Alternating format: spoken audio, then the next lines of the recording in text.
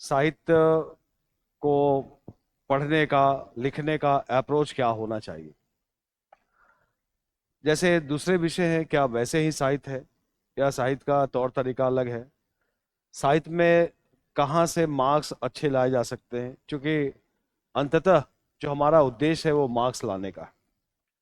हम यहाँ थोड़े भावनाओं की संतुष्टि के लिए नहीं है, बल्कि मार्क्स के उद्देश्य से हम लोग पढ़ रहे हैं। और हम सब जानते हैं कि यूपीएससी में थोड़े थोड़े अंकों के अंतर से हमारे जो हमारा रिजल्ट है, रैंकिंग है, वो सब प्रभावित हो जाता है। तो यहाँ एकेडमिक एग्जाम की तरह ये महत्वपूर्ण नहीं है कि हम पास हो जाएं या हमें 60% 70% मार्क्स आ जाए, बल्कि हमारा लक्ष्य ये होता है कि हम इतने अच्छे अंक लाएं कि अगर ऑप्शनल में कि जो उधर जीएस की कमी रहे या और कोई समस्या रहे वो उसकी क्षतिपूर्ति हो जाए और हम उसमें अच्छा कर पाए। दूसरी बात कि यूपीएससी की जब हम बात करते हैं तो एक बड़ा चैलेंज आता है। स्टेट पीसीएस में तो खैर थोड़ा कंट्रोल में मामला रहता है, लेकिन यूपीएससी की जब हम बात करते हैं तो थोड़ा विस्तार ज्यादा हो जाता है और थोड़ा चैलेंजिंग हो जाता है, क्योंकि यूपीएससी में 4 पेपर जीएस का है जिसका दायरा काफी विस्तृत है।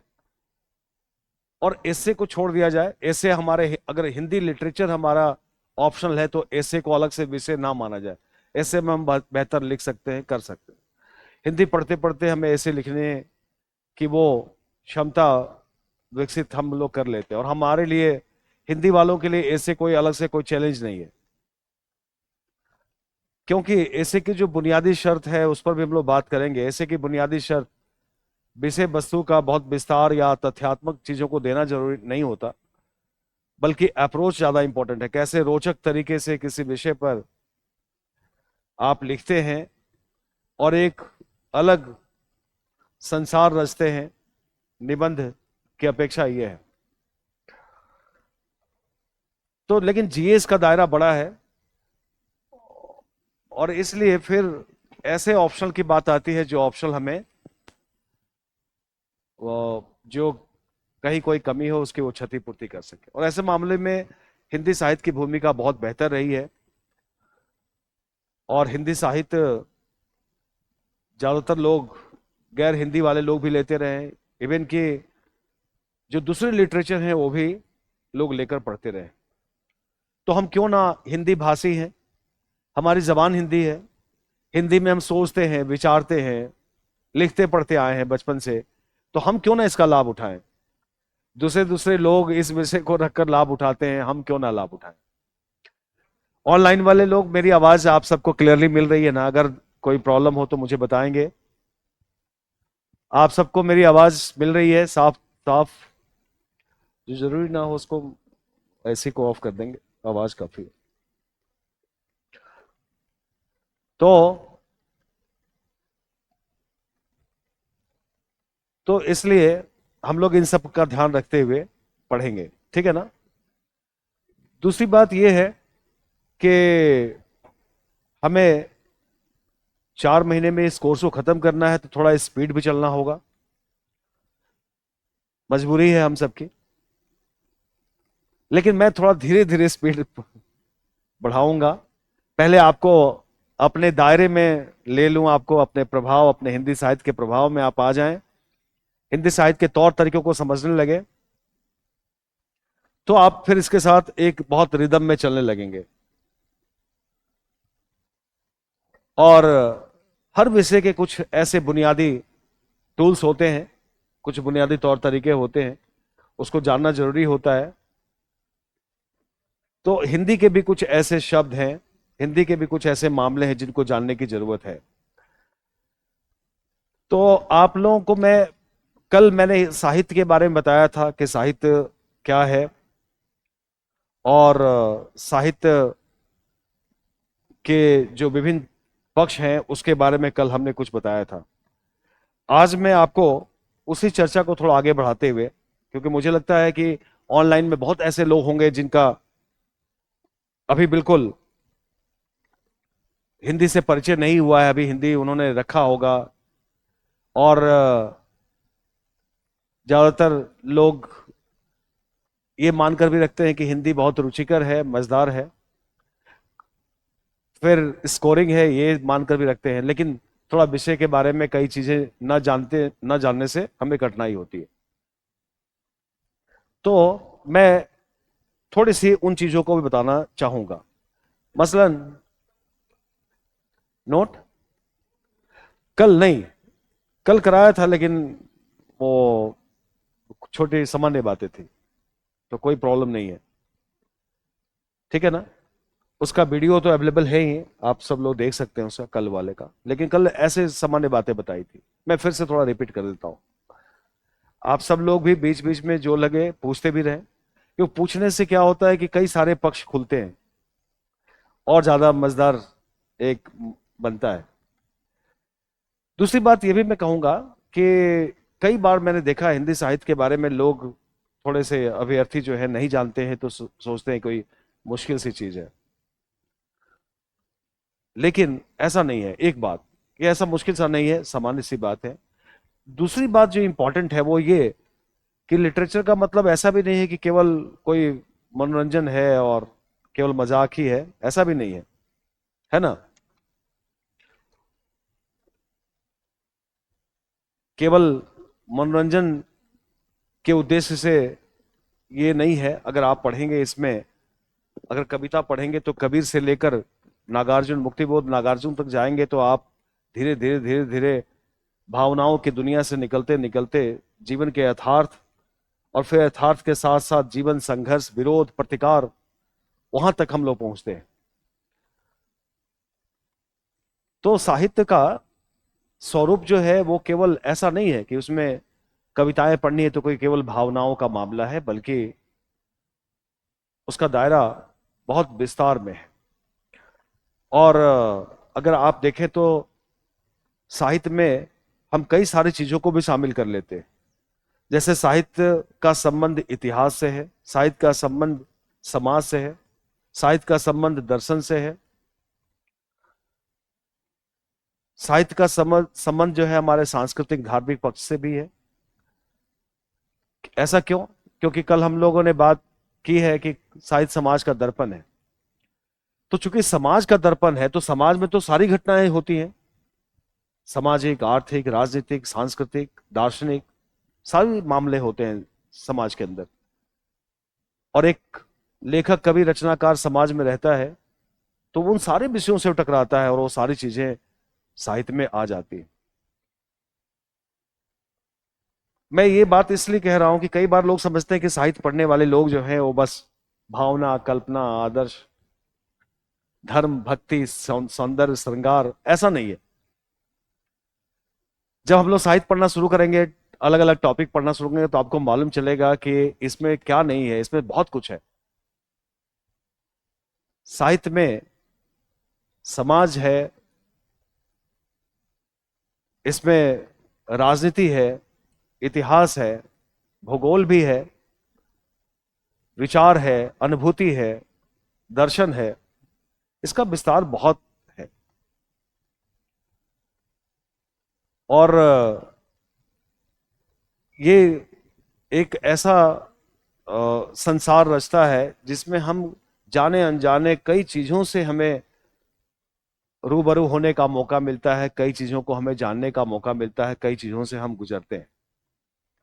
मसलन, मैंने कहा कि साहित्य का संबंध भूगोल से है, तो ये कहने के लिए नहीं कहा, इसलिए कहा कि अब मान लीजिए कि छायावाद के कवि सुमित्रा नंदन पंत हैं। पंत जी रहने वाले थे पहाड़ों के, उत्तराखंड के रहने वाले थे, इलाहाबाद में बहुत दिन रहे। उस समय के इलाहाबाद में, आजकल तो प्रयागराज हो गया। तो ये अन्यास नहीं है कि पंत जी की कविताओं में पहाड़, प्रकृति, प्रकृति के सुकुमार कवि के रूप में वो जाने जाते हैं। तो ये अन्यास नहीं है, बल्कि वो उस पृष्ठभूमि से आते हैं। प्रेमचंद की रचनाओं में गरीबी है, अभाव है, शोषण है, अत्याचार है। तो ये ऐसे ही नहीं आया है, ये अन्यास नहीं है। बल्कि प्रेमचंद का पूरा जीवन कहां बीता? लखनऊ से लेकर गोरखपुर के बीच में बीता। आप कह सकते हैं कि पूर्वी उत्तर प्रदेश का क्षेत्र है।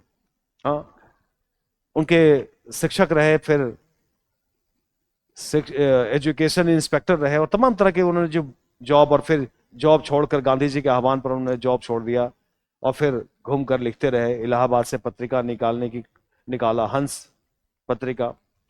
तो प्रेमचंद ने उस दुनिया को देखा, उस भौगोलिक क्षेत्र को देखा था।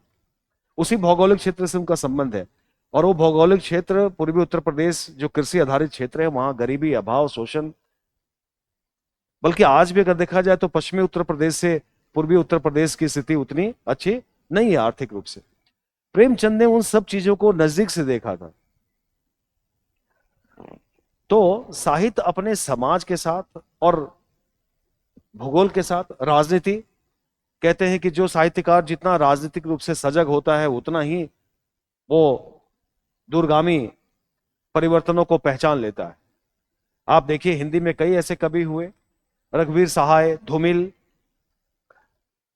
अज्ञे जी, अज्ञे को हम लोग पढ़ेंगे। ऐसे बहुत सारे कवि हैं जो राजनीतिक रूप से आगे चलकर, अभी तो अब तो बाद के जितने कवि हैं तो राजनीतिक रूप से सजग हैं। और राजनीति भी साहित्य को प्रभावित और प्रेरित करती है। राजनीति कोई निर्णय लेती है और उसका दुष्परिणाम समाज और जीवन पे पड़ता है, तो हम सब उससे प्रभावित होते हैं। साहित्यकार भी प्रभावित होता है और उसको लेकर रचना करता है। मसलन मैं अभी थोड़ी सामान्य बातें कह रहा हूं, फिर आता हूं। मसलन आप देखिए 1990 के दशक में हमारे देश की राजनीति में दो मुद्दे ज्यादा महत्वपूर्ण रहे। एक धार्मिक मुद्दा, धर्म मंदिर का मामला, और एक आरक्षण का मामला। ये वही समय है जब बीपी सिंह की सरकार ने भारत में ओबीसी के लिए आरक्षण लागू किया और उसके बाद उसके विरोध और समर्थन में आंदोलन चलने लगा। आप देखेंगे कि 90 के बाद में, 90 के दशक में जो रचनाएं लिखी गई हैं उसमें ज्यादातर रचनाएं जात पात, सांप्रदायिकता, आरक्षण, ये सब मुद्दे उसमें हावी हैं। 90 के बाद 91 में हम जानते हैं कि हमारे देश में आर्थिक सुधार हुआ। आप देखेंगे उसके बाद भूमंडलीकरण और उसके तमाम जो बाजारवाद और भौतिक जीवन की जो भाग दौड़ है वो हमारी रचनाओं पर प्रभावी है। तो राजनीति निर्णय लेती है और उसका प्रभाव साहित्य पर भी पड़ता है। फिल्म भी साहित्य का रूप है। 92 में घटना घटी अयोध्या में, बॉम्बे फिल्म बनी जिसमें सांप्रदायिक हिंसा को दिखाया गया है बड़ा मार्मिक तरीके से। कितने पाकिस्तान, कमलेश्वर का उपन्यास है, बहुत चर्चित उपन्यास है, 2000 में प्रकाशित हुआ। तो साहित्य अगर देखें हम लोग, मैं ये कहना चाह रहा हूं कि साहित्य का दायरा जो है बहुत विस्तृत है। कल मैंने बताया था साहित्य क्या है ना। मैं थोड़ा एक एक एक एक पहले एक कंटेंट लिस्ट बता दूं कि आपको लगे कि कहां हम लोग बात कर रहे हैं, ऐसा ना लगे कि मैं आपको एक लिस्ट बता दूं कि हम लोग क्या बात करना चाह रहे हैं। कल हमने आपसे कहा कि साहित्य क्या है, कल इस पर हमने बात की थी, थोड़ी समान चर्चा की थी। नंबर 2,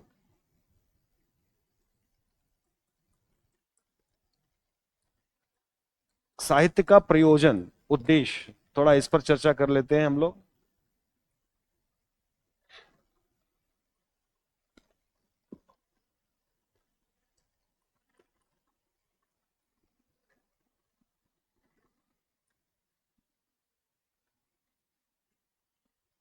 साहित्य के प्रकार,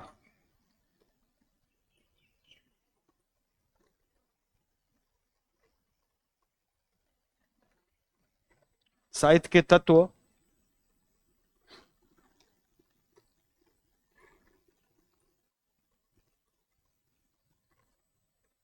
साहित्य का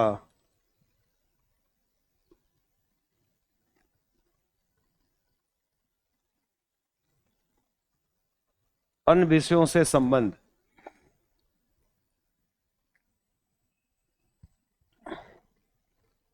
और इसके साथ साथ एक दो मुद्दे और बता दूं।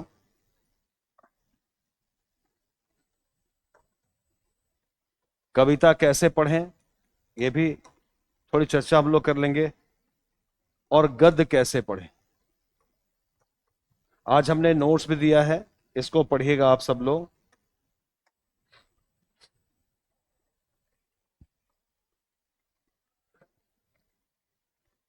सर क्या हम 2027 के लिए अभी से पढ़ सकते हैं? बिल्कुल, ज्यादा अच्छा तो यही है।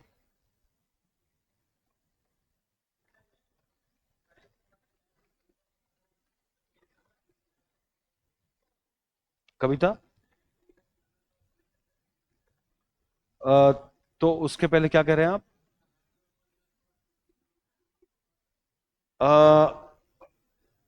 अ, नहीं, हम लोग एक ऐसे पढ़ेंगे कि फर्स्ट पेपर पढ़ेंगे। फर्स्ट पेपर से शुरुआत कर रहा हूं मैं। तो फर्स्ट पेपर में आदिकाल पढ़ेंगे, साहित्य का इतिहास। आदिकाल की किसी कवि को सेकंड पेपर में नहीं है, कोई नहीं है सेकंड पेपर में। तो भक्तिकाल फिर जब आएंगे, आदिकाल के बाद भक्तिकाल। भक्तिकाल के चार कवि सेकंड पेपर में है, तो भक्तिकाल के चारों कवियों को उसी समय पढ़ लेंगे। फिर आ जाएंगे रीतिकाल पे, फिर रीतिकाल के कवि बिहारी को पढ़ लेंगे। फर्स्ट पेपर और सेकंड पेपर दोनों को कनेक्ट करके मैं पढ़ाऊंगा, ठीक है ना? क्योंकि क्या होता है मैं बता दूं आपको, ये तो नोट कर लिया ना।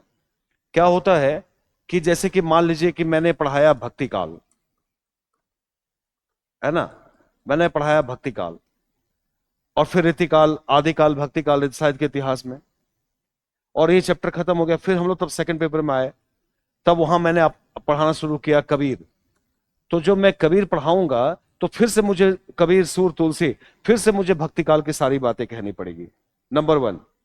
और नंबर टू, आजकल सवाल कनेक्ट करके पूछ रहे हैं, फर्स्ट पेपर सेकंड पेपर को मिला के पूछा जा रहा है कि भक्ति काल की विशेषताओं की चर्चा करते हुए कबीर की कविता में उनको चिन्हित कीजिए।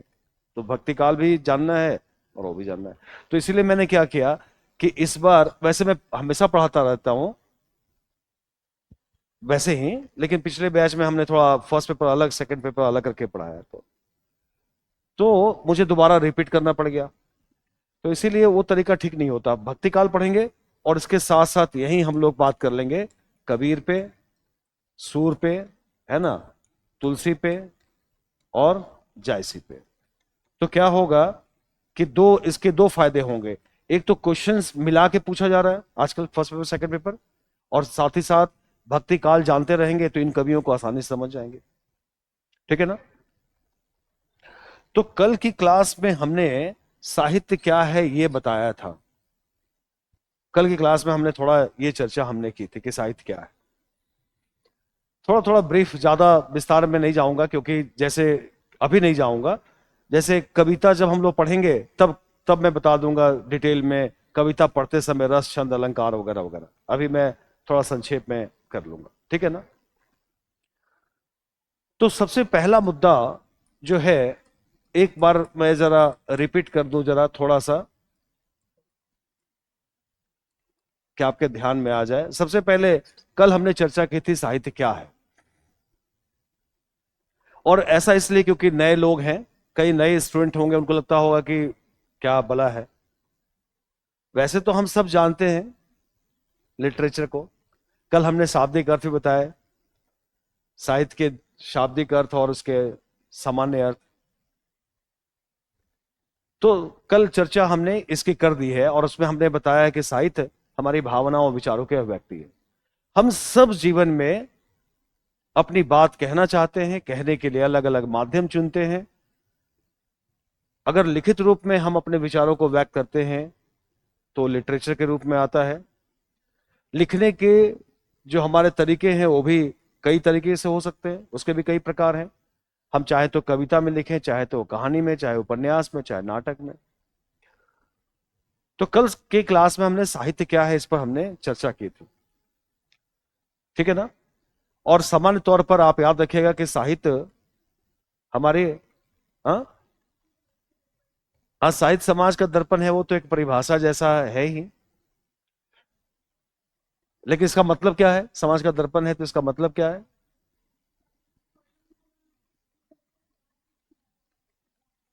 और नहीं,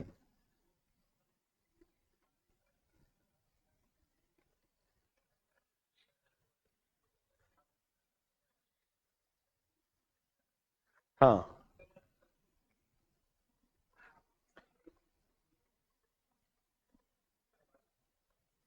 साहित्य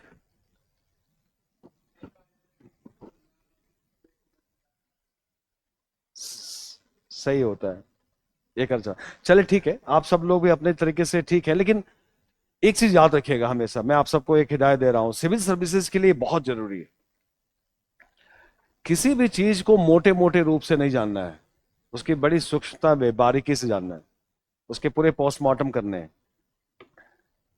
है ना। और जितना हम उसके सूक्ष्म उसको जानेंगे, माइन्यूट जानेंगे, उतना हमारा कॉन्फिडेंस भी रहेगा, और उतना हम बेहतर बहस कर सकते हैं, लिख सकते हैं। तो इस बात को भी समझिएगा। जैसे एक एग्जाम्पल के तौर पे मैं कह रहा हूं कि आपने कहा साहित्य समाज का दर्पण है, बेशक ये बात अपनी जगह ठीक है, समाज का दर्पण है। क्यों? क्योंकि साहित्य में समाज के ही विचार होते हैं, समाज की ही बातें होती हैं। समाज में जितनी सारी बातें हैं, समाज में शोषण है, समाज में गरीबी है, समाज में प्रेम है, समाज में ईर्ष्या है, समाज में लोभ है, लालच है, दया है, करुणा है, ममता है, आदर्श है, बुराइयां हैं, विकृतियां हैं, सब साहित्य में मौजूद है। लेकिन साहित्य पहले तो, साहित्य समाज से बाद में कनेक्शन होता है, पहले तो इंडिविजुअल है, लेखक का, यानी कि अगर जो लिखता है, साहित्यकार की अपनी भावनाओं और विचारों की अभिव्यक्ति है। तो पहली बात तो यह है। और उसके बाद हम ये कह सकते हैं कि साहित्य में, हर साहित्य में उसका समाज दिखाई देता है, और इसीलिए साहित्य समाज का दर्पण है। मेरी बात समझे ना, कि समाज तो है, लेकिन पहले कौन आता है? हम सब जानते हैं ना कि पहले क्या आता है, पहले व्यक्ति, फिर समाज, और फिर राष्ट्र। तो अगर हम लोग कहें कि साहित्य राष्ट्र का दर्पण है तो भी ठीक है, साहित्य समाज का दर्पण। लेकिन शुरू कहां से होता है साहित्य? की शुरुआत कहां से होती है? व्यक्ति से। तो साहित्य हमारी निजी भावनाओं और विचारों की अभिव्यक्ति है, जिसका उद्देश्य लोक मंगल होता है। यानी कि भले ही हम इंडिविजुअल लिखते हैं, लेकिन उसका उद्देश्य व्यापक होता है, सबके भलाई के लिए होता है। सहित, सबका हित, ठीक है ना, सहित सबका हित। और एक उसका अर्थ बताया जाता है, शब्द और अर्थ साथ साथ चलते हैं। हाँ, साथ साथ चलते हैं। तो याद रखिएगा, कल हमने इस पर बता दिया है कि साहित्य का जो है, हमने कल बताया था कि साहित्य, एक बार मैं रिपीट कर रहा हूं, ऑनलाइन वाले लोग, जानबूझकर रिपीट कर रहा हूं क्योंकि थोड़ा इसको शब्दों में बांध दिया जाए। तो साहित्य, शब्द और अर्थ, आप लोग भी लिख लीजिए, शब्द और अर्थ के, अच्छा, कोई परिभाषा नहीं है, याद रखिएगा, साहित्य की कोई परिभाषा नहीं है। तो साहित्य शब्द और अर्थ के समन्वित प्रयोग से, इसको क्या कहेंगे? साहित्य के बारे में बताया जा रहा है। परिभाषा कोई दिया जाता है, परिभाषित किया जाता है, नहीं संभव है, वो भी बांध सकते हैं, हम लोग तो बांध ही रहे हैं। मैंने ये कह रहा हूं, किसी ने ये दिया नहीं है। जैसे परिभाषा कोई देता है, कोई बनाता है, तो बनाया नहीं, हम लोग अपने से बना रहे हैं। हाँ बिल्कुल, सीमाओं से मुक्त रखा गया, ये बात ठीक है। कि साहित्य को इसलिए परिभाषित नहीं कर सकते क्योंकि उसका दायरा इतना बड़ा है, कैसे उसको बांधेंगे? सीमाओं से मुक्त है, इसलिए, ठीक है ना। तो साहित्य, कल हमने, कल की भी क्लास देख लीजिएगा, थोड़ा कल तो डिटेल बताया था बहुत विस्तार में इसी बात को। वैसे अब नोट्स मिल जाएगा आपको, तो उसमें भी थोड़ा पढ़ लीजिएगा। तो कल थोड़ा डिटेल में बताया था, इसके कई सारे पक्ष बताए थे, लेकिन आज एक लाइन में खत्म कर रहा हूं कि साहित्य शब्द और अर्थ के सम्मिलित प्रयोग से निर्मित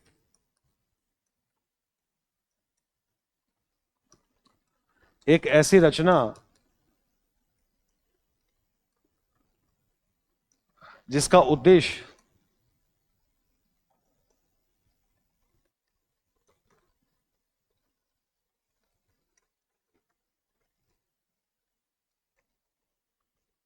जिसका उद्देश्य लोकहित, जिसका उद्देश्य लोक मंगल, लोक मंगल की भावना है,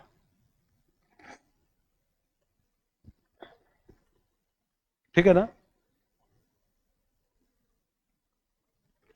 लोक मंगल की।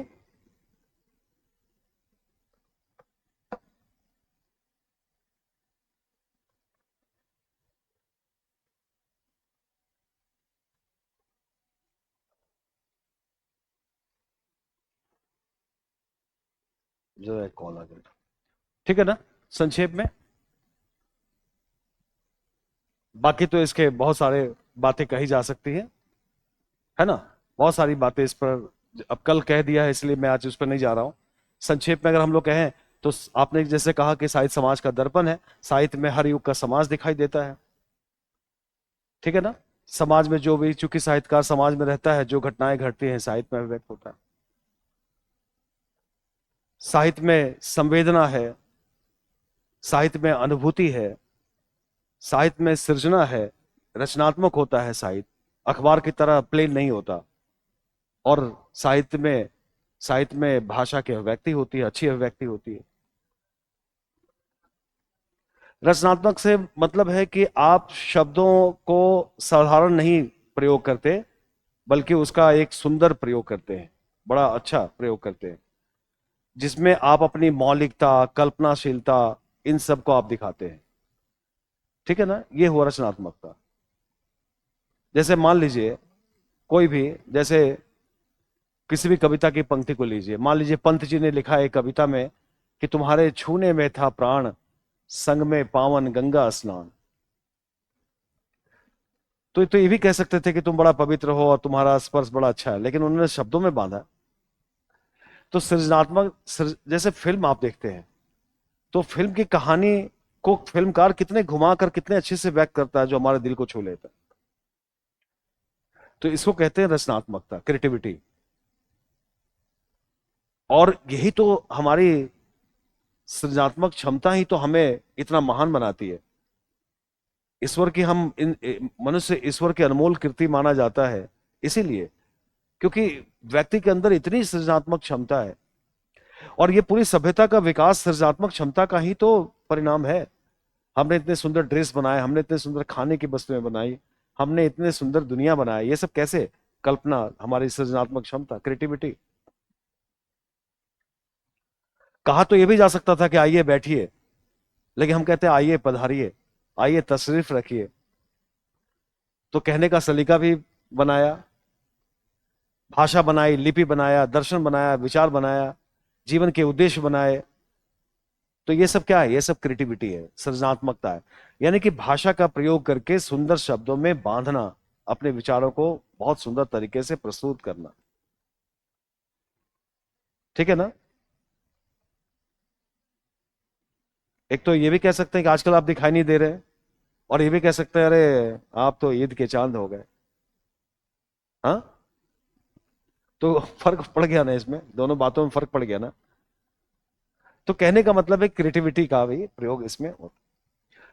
तो साहित्य में कुछ और नहीं, हमारा जीवन और सारी चीजें। अच्छा, यही मैं साहित्य के संबंध बता दूं जो अगले टॉपिक में हमने रखा है, यही मैं बता दूं जरा आपको। क्योंकि एक चीज है कि हम लोग यही बात कर लेते हैं, साहित्य और समाज, मतलब साहित्य का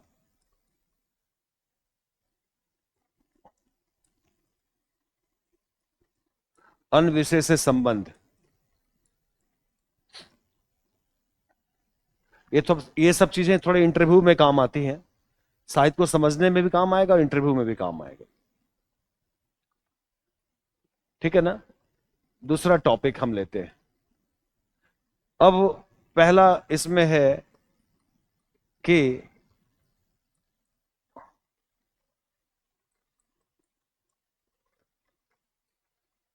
साहित्य और समाज, नंबर वन,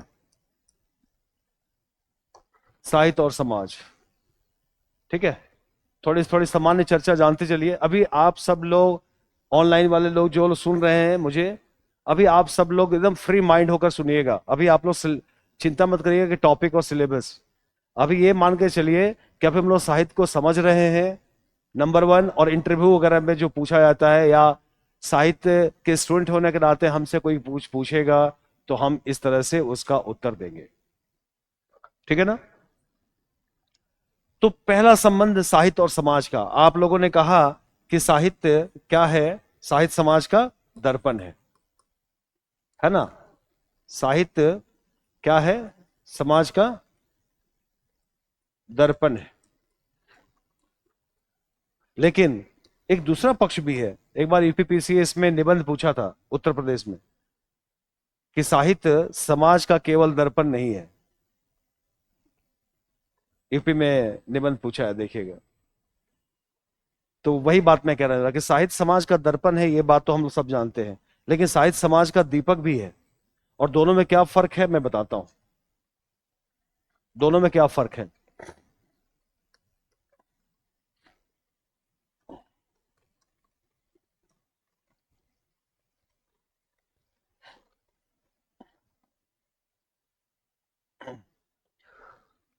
साहित्य समाज का दर्पण है, इसका मतलब है कि जो समाज में होता है वो साहित्य में परिलक्षित होता है, दिखाई देता है। अगर ये समाज है ना, तो ये हमें साहित्य में भी दिखाई देता है। ये साहित्य पर उसका प्रभाव पड़ेगा ही। और ऐसा इसलिए क्योंकि साहित्यकार रहता कहां है? समाज में। हम समाज में रहते हैं तो समाज की सारी घटनाओं से प्रभावित प्रेरित होते हैं ना, जो भी हो, राजनीतिक, सामाजिक, आर्थिक। और उस पर हम लिखते हैं, अपनी भावनाओं को रोक नहीं पाते, उस पर हम लिखते हैं। अब जैसे मान लीजिए कि आजकल एक घटना चल रही है चर्चा में कि एक नवविवाहिता जोड़ी जब वो घूमने गए तो वहां पत्नी ने पति की हत्या करवा दी। आजकल बड़ा चर्चित मामला है। अब हमें प्रभावित करता है ना, ये समाज की घटना है, लेकिन किसी भी संवेदनशील व्यक्ति को प्रभावित करेगा कि कैसा कैसी स्थिति है, समाज किस तरफ जा रहा है। प्रेम जो इतना उच्च मूल्य हुआ करता था, उसकी ये दुर्गति। विवाह संस्था जो इतनी प्राचीन है, ऋग्वैदिक काल से चली आ रही है, उसका ये विघटन। समाज के जो हमारे पारिवारिक सामाजिक संबंध हैं, उनका ये क्षरण। ऐसा क्यों हुआ? इसके लिए कौन उत्तरदायी है? कई ऐसी बातें हैं जो हमें व्यथित करती हैं। और अगर सही मायने में संवेदनशील व्यक्ति हैं आप, तो आप इन चीजों को किसी एक पर कारण बताकर या किसी एक पर थोप कर आप नहीं भाग सकते, क्योंकि समाज में ऐसी घटनाएं सामान्य तौर पर देखी जा रही हैं। और ये सब घटनाएं समाज में जो परिवर्तन हो रहे हैं उसका दुष्परिणाम है।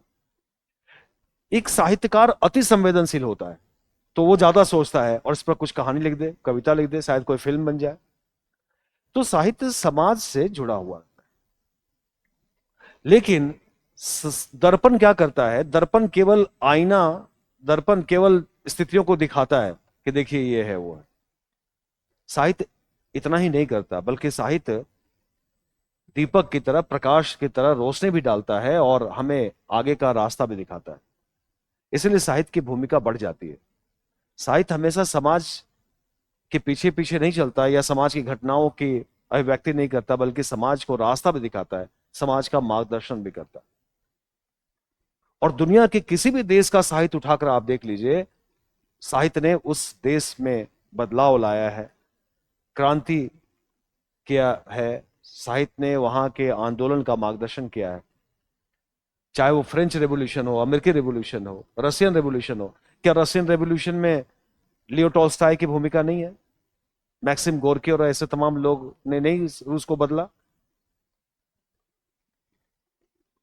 लियो टॉल्स्टॉय का वॉर एंड पीस कितना फेमस है दुनिया में, उनकी रचना।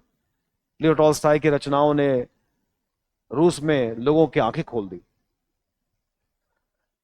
तो कहने का मतलब, अच्छा भारत में क्या नहीं है? भारत में राष्ट्रीय आंदोलन चल रहा था।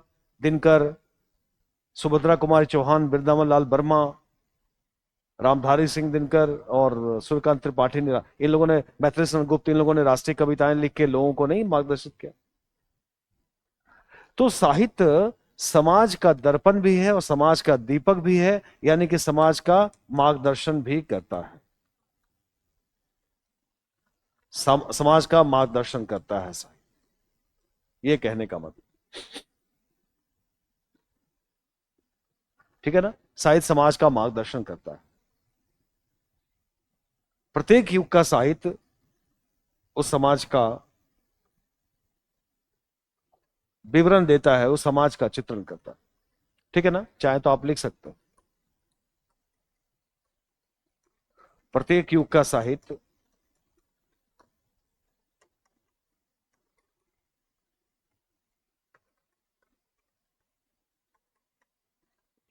उस युग का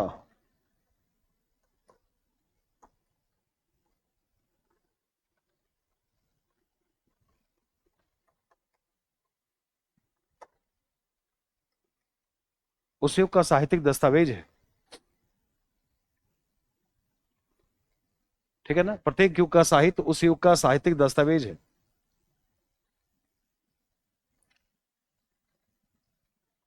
तो बहुत सारी बातें हैं, और इसीलिए मैं यहां संकेत कर दूं कि जब भी हम लोग साहित्य पढ़ेंगे तो उस युग के समाज के बारे में भी पढ़ेंगे। ठीक है ना, संक्षेप में आगे बढ़े। नंबर 2, जरा देखिए, साहित्य और राजनीति।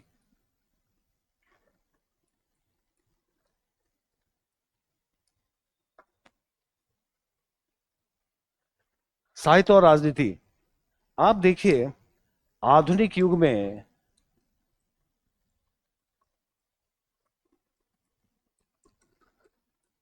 आधुनिक युग में निर्णायक भूमिका किसकी है? हाँ, आधुनिक युग में निर्णायक भूमिका किसकी है? किसकी है? राजनीति की है। क्यों? क्योंकि शासन ही राष्ट्र के लिए नीति निर्माण करता है।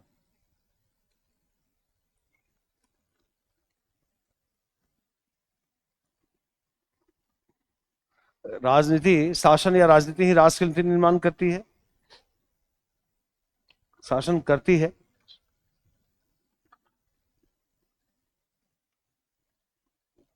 तो आधुनिक युग में, अच्छा, मैं थोड़ा लिख कम रहा हूं, बता रहा हूं ज्यादा, थोड़ा थोड़ा संकेत कर रहा हूं। अच्छा, मध्यकाल में, प्राचीन काल और मध्यकाल में निर्णायक भूमिका किसकी थी? जीवन के केंद्र में कौन था? हाँ,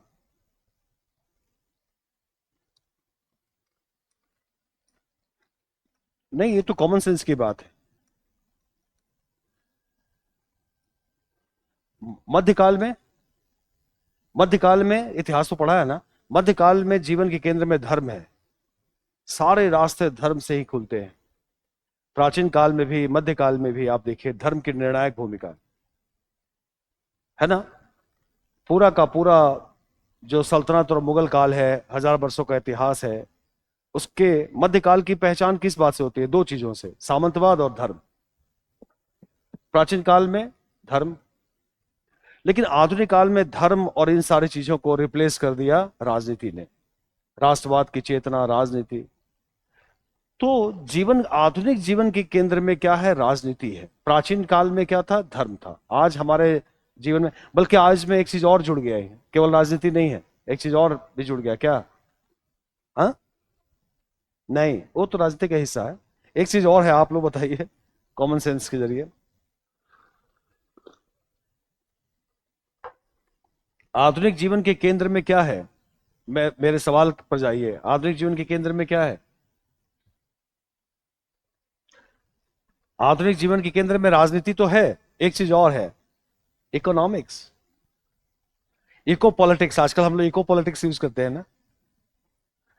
और आजकल जब इको पॉलिटिक्स कहते हैं तो इको पहले आता है, पॉलिटिक्स इको नहीं। इको पॉलिटिक्स, आजकल आर्थिक गतिविधि ज्यादा हावी हो गई है, पूरा दुनिया आजकल आर्थिक आर्थिकी से चल रही है, इकोनॉमी से चल रही है। पहले क्या होता था कि राजनीति में, जैसे हमारे वैदेशिक संबंध होते थे तो उसमें इतिहास, संस्कृति ज्यादा भूमिका निभाती थी।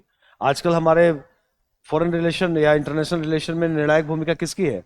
आपकी हैसियत क्या है ना। भारत आज दुनिया के देशों में निर्णायक भूमिका निभा रहा है, तो इसलिए क्योंकि इतनी बड़ी अर्थव्यवस्था बन गया है ना।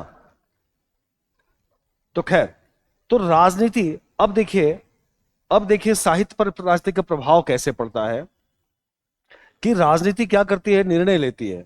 ठीक है ना, राजनीति निर्णय लेती है। और राजनीतिक निर्णय का दो प्रभाव पड़ता है। राजनीतिक निर्णय का दोहरा प्रभाव पड़ता है साहित्य पर। एक तात्कालिक एक तात्कालिक प्रभाव राजनीतिक निर्णय का, और दूसरा दूरगामी प्रभाव।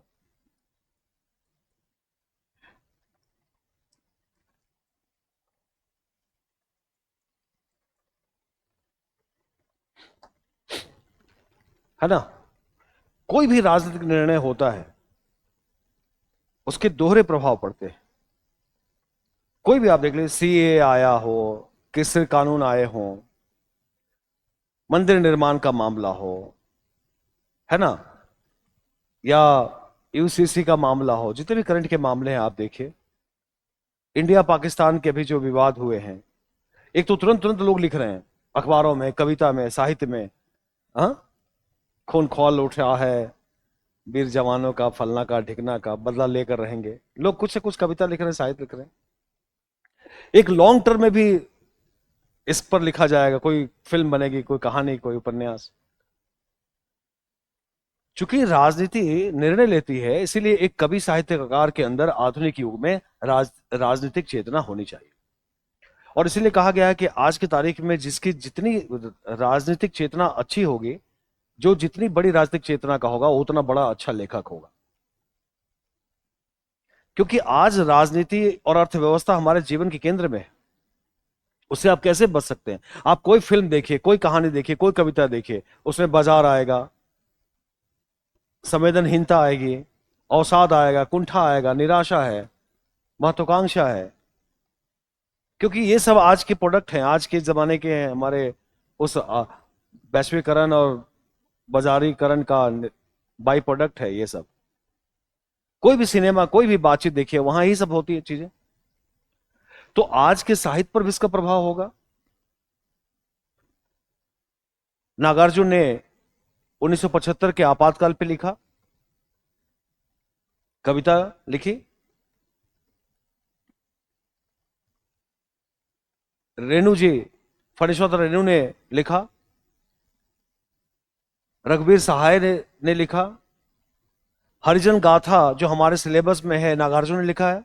हरिजन गाथा में क्या घटना है? बिहार में एक दलित बस्ती में आग लगा दी गई और उसमें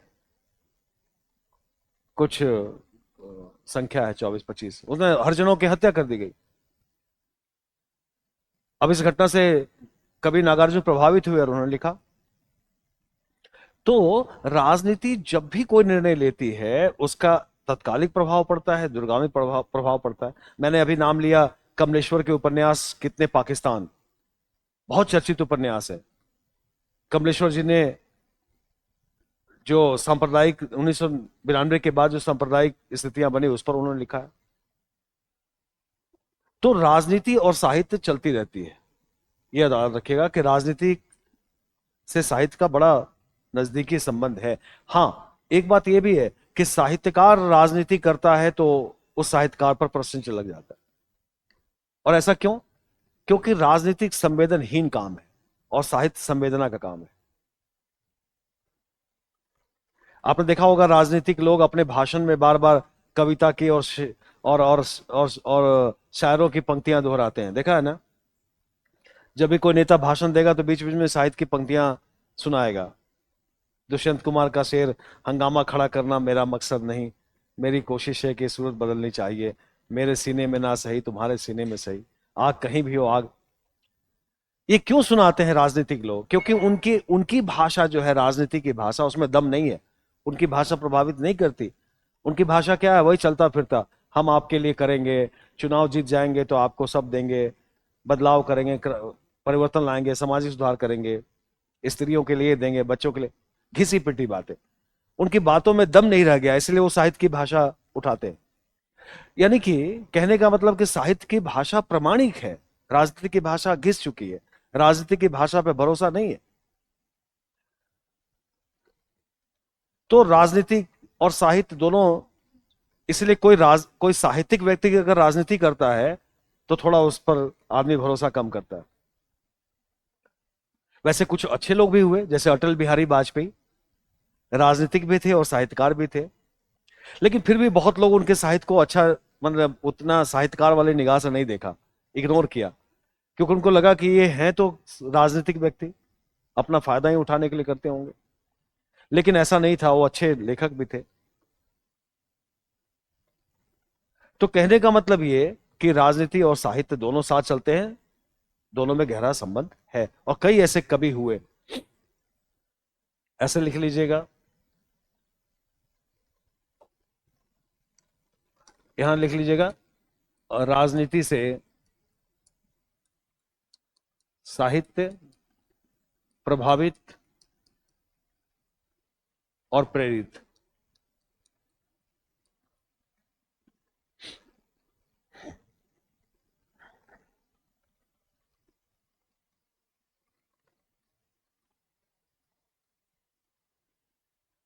कुछ उदाहरण, कुछ लोगों के नाम मैं दे दूं, जैसे नागार्जुन,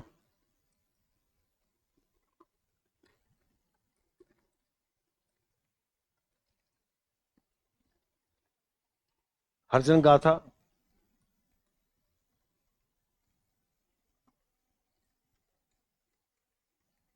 रघुवीर सहाय। धूमिल ने तो लिखा है संसद से सड़क तक, उनकी तो पूरी कविता का शीर्षक संग्रह का नाम ही है ना, सड़क, संसद से सड़क तक।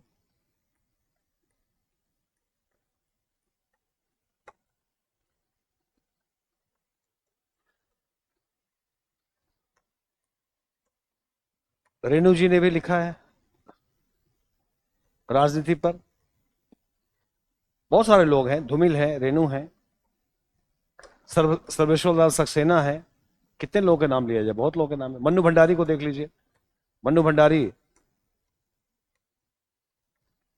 मन्नू भंडारी की रचना हम लोग को पढ़नी है, महाभोज, राजनीतिक पे ही है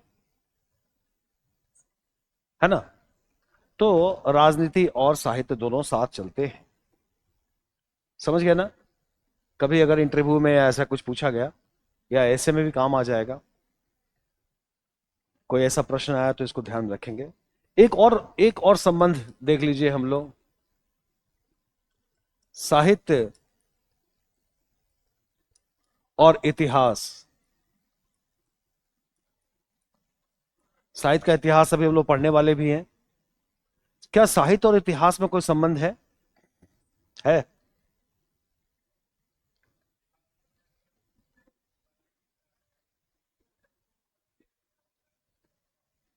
हम्म। स, स, ये साहित्य क्या है? एक काल्पनिक इतिहास, एक काल्पनिक, या ऐसे कह लीजिए, काल्पनिक, आदर्श और यथार्थ मिश्रित इतिहास।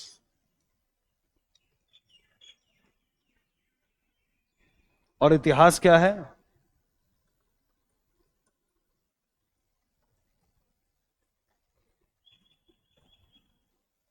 एक तथ्यात्मक और सूचनात्मक साहित्य।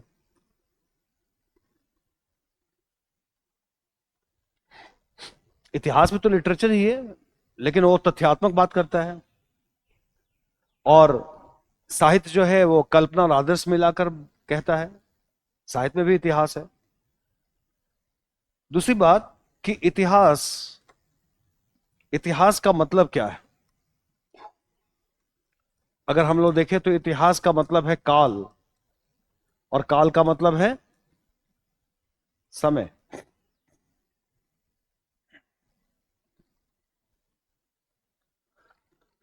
है ना। और साहित्य भी अपने समय का दर्पण है, समय का, अपने समय को दर्ज करता है। साहित्य में क्या होता है? समय और समाज। प्रत्येक युग का साहित्य अपने समय और समाज का दस्तावेज है। तो इतिहास को भी दर्ज करता है। बस इतिहास की सीमा यह है कि इतिहास तथ्यों, सूचनाओं तक सीमित रहता है, बहकता नहीं है। साहित्य बहक जाता है। इतिहास जाकर रुक, जहां रुक जाता है, साहित्य उसके अंदर प्रवेश करता है ना। जैसे एग्जाम्पल के तौर पर मैं कह दूं, फिर लिख दूंगा। जैसे हम लोग को पढ़ना है स्कंदगुप्त नाटक। अब स्कंदगुप्त में गुप्त वंश के शासन का दिखाया गया है, और कितनी सारी बातें उसमें सच है। जैसे हूणों का आक्रमण हुआ, सनातन हिंदू धर्म के लोग और ब्राह्मणवाद और बौद्ध धर्म के लोग लड़ रहे थे, सत्ता पर वर्चस्व की लड़ाई। आंतरिक कलह थी। गुप्त काल में उत्तराधिकार का नियम सुनिश्चित नहीं था। स्कंदगुप्त का सौतेला भाई था कुमारगुप्त, नहीं कुमारगुप्त तो पिता है, उसका वो सौतेला भाई है पुरुगुप्त, जिसकी वजह से सत्ता की लड़ाई चल रही है। ये सब ऐतिहासिक रूप से सच है ना। लेकिन उसमें जयशंकर प्रसाद जी ने एक उसमें एक अपना साहित्यिक रूप से क्या मिला दिया कि स्कंदगुप्त इन परिस्थितियों के कारण निराश है, दुखी है, किस इसको कौन बचाएगा। और मैं तो आगे राजा बनने वाला हूं नहीं, क्योंकि कौन आगे राजा बनेगा, कुमारगुप्त उसके पिता ने कोई निर्णय किया नहीं था, षड्यंत्र चल रहे थे। उसका जो सौतेला भाई है कुमारगुप्त, उसको बनाने के लिए षड्यंत्र हो रहा है, तो निराश है स्कंदगुप्त।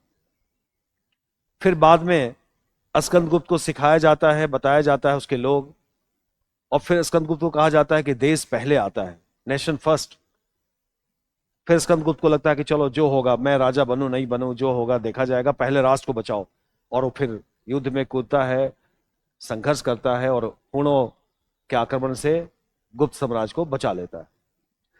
तो इतिहास भी अपनी जगह ठीक है, और उसमें जयशंकर प्रसाद जी ने उसमें अपनी कहानी जोड़ दी। और क्या दिखाया असल में, वो दिखाया अपने 1928 में लिखा था उन्होंने ये नाटक। उन्होंने दिखाया कि भारत की स्थिति भी आज वैसी ही है जैसा कि गुप्त काल में था।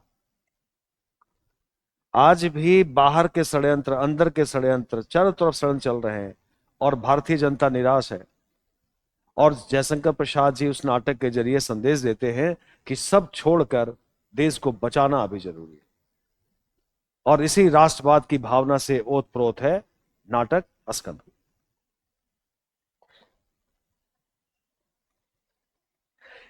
एक उपन्यास हम लोग को पढ़ना है, दिव्या। दिव्या किस काल का उपन्यास है? बौद्धों के जमाने का, बुद्ध काल लिखा है यशपाल ने, यानी कि लगभग 300-400 ईसा पूर्व। और जो उसमें वर्णन किया है उन्होंने, ब्राह्मणवाद, जात पात, धर्म का, न्याय का, वो सब वैसा ही था, गणतंत्र का सब वैसा ही था। और उस परिप्रेक्ष्य में उन्होंने दिव्या स्त्री को दिखाया है कि स्त्री इस पूरी सामाजिक व्यवस्था में, राजनीतिक व्यवस्था में स्त्री उपेक्षित है, स्त्री की अस्मिता खत्म है, स्त्री उपेक्षित है, शोषित है। तो कहने का यह मतलब कि इतिहास समय का विवरण है, और समय को साहित्य भी दर्ज करता है। क्या प्रेमचंद को पढ़कर हम प्रेमचंद के युग का इतिहास नहीं जान सकते? क्या कबीर को पढ़कर हम कबीर का इतिहास का पता नहीं लगता, कबीर के जमाने का मध्यकाल का इतिहास? क्या तुलसी को पढ़कर हमें मध्यकाल का इतिहास पता नहीं चलता? चलता है ना। तो साहित्य और इतिहास दोनों जुड़े हुए हैं। असल में साहित्य एक कालखंड में ही लिखा जाता है, और उस कालखंड का पूरा प्रभाव साहित्य पे रहता है, क्योंकि समाज का दर्पण है, हम लोगों ने कहा। तो इतिहास के काल, जिस कालखंड में साहित्य लिखा जाता है, वो उस कालखंड का इतिहास भी उस साहित्य में झलकता है।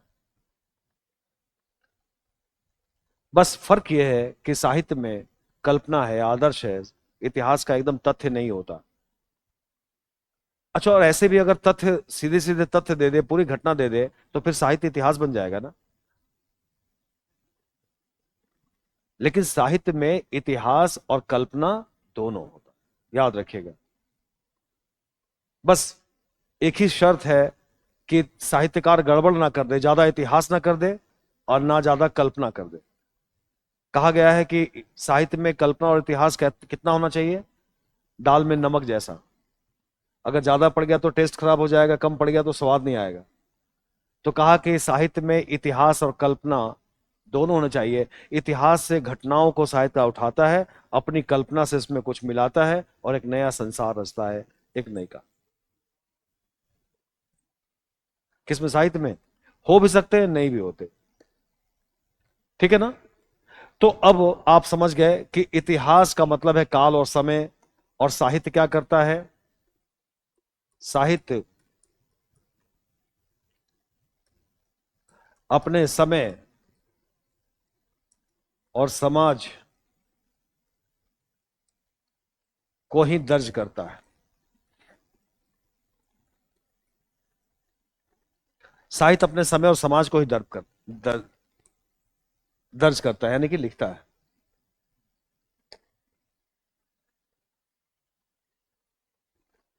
लिख लीजिएगा यहां, साहित्य इक्वल टू इतिहास प्लस कल्पना। साहित्य इक्वल टू इतिहास प्लस कल्पना। उदाहरण अगर देना चाहे तो, उदाहरण देना चाहे तो दे दीजिए, जिसका देना चाहे। स्कंद गुप्त का दे दीजिए।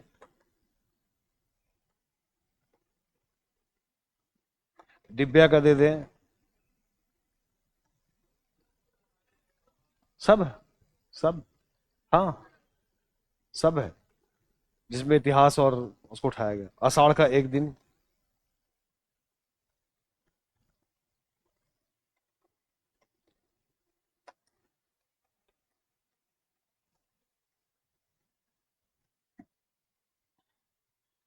ऐसे अनेक रचना है। कुरुक्षेत्र, उसमें भी सेकंड वर्ल्ड वॉर पे लिखा गया है। सेकंड वर्ल्ड वॉर, द्वितीय विश्व युद्ध पे। नहीं, कुरुक्षेत्र दिनकर जी ने जो लिखा, कुरुक्षेत्र 1945 में, 1945 में। और उस वक्त तो युद्ध विभाग में काम भी कर रहे थे, जॉब भी कर रहे थे दिनकर जी।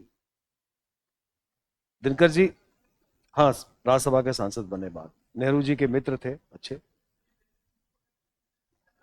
हाँ, बाद में नेहरू जी का वो विरोधी भी हो गए थे वो, लेकिन नेहरू जी ने उनको राज्यसभा में बनाया, राजभाषा विभाग में अध्यक्ष बनाया, बहुत कुछ किया उनको। लेकिन साहित्यकार तो, साहित्य का तो स्वरूप ही प्रतिपक्ष का होता है ना, साहित्य की भूमिका ही प्रतिपक्ष की होती है। साहित्यकार अगर सत्ता के साथ में है तो थोड़ा उस पर डाउट होगी। हाँ, ये बात भी है कि उस समय के साहित्यकार बड़े अपने साहित्य का उद्देश्य लेकर चलते थे उस। हाँ, और आज तो अगर अगर आज अगर विरोध किया तो फिर अलग बात है, थोड़ा माहौल अलग है। ठीक है ना? तो साहित्य और समाज, इसी ढंग से साहित्य और भूगोल और तमाम चीजों को हम लोग दिखा सकते हैं। ठीक है ना? तो एक आपको एक आइडिया दिया कि साहित्य का दायरा काफी, साहित्य का दर्शन से भी है, जरा इसको समझ लीजिएगा। साहित्य और दर्शन,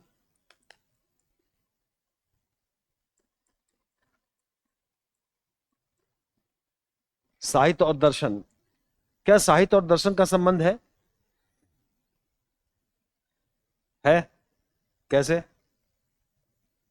दर्शन ऐसे अलग विषय है एक, दर्शन एक अलग विषय है। दर्शन का मतलब क्या है? दर्शन का मतलब होता है दृष्टि, देखना। और और कैसे देखना? विशिष्ट प्रकार से देखना।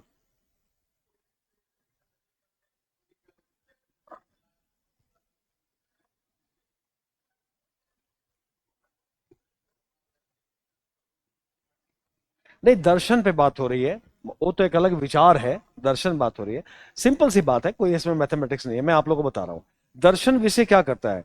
दर्शन विषय का मतलब है सूक्ष्म रूप से देखना, मीमांसा करना। दर्शन का मतलब होता है, दर्शन का मतलब होता है देखना, दृष्टि।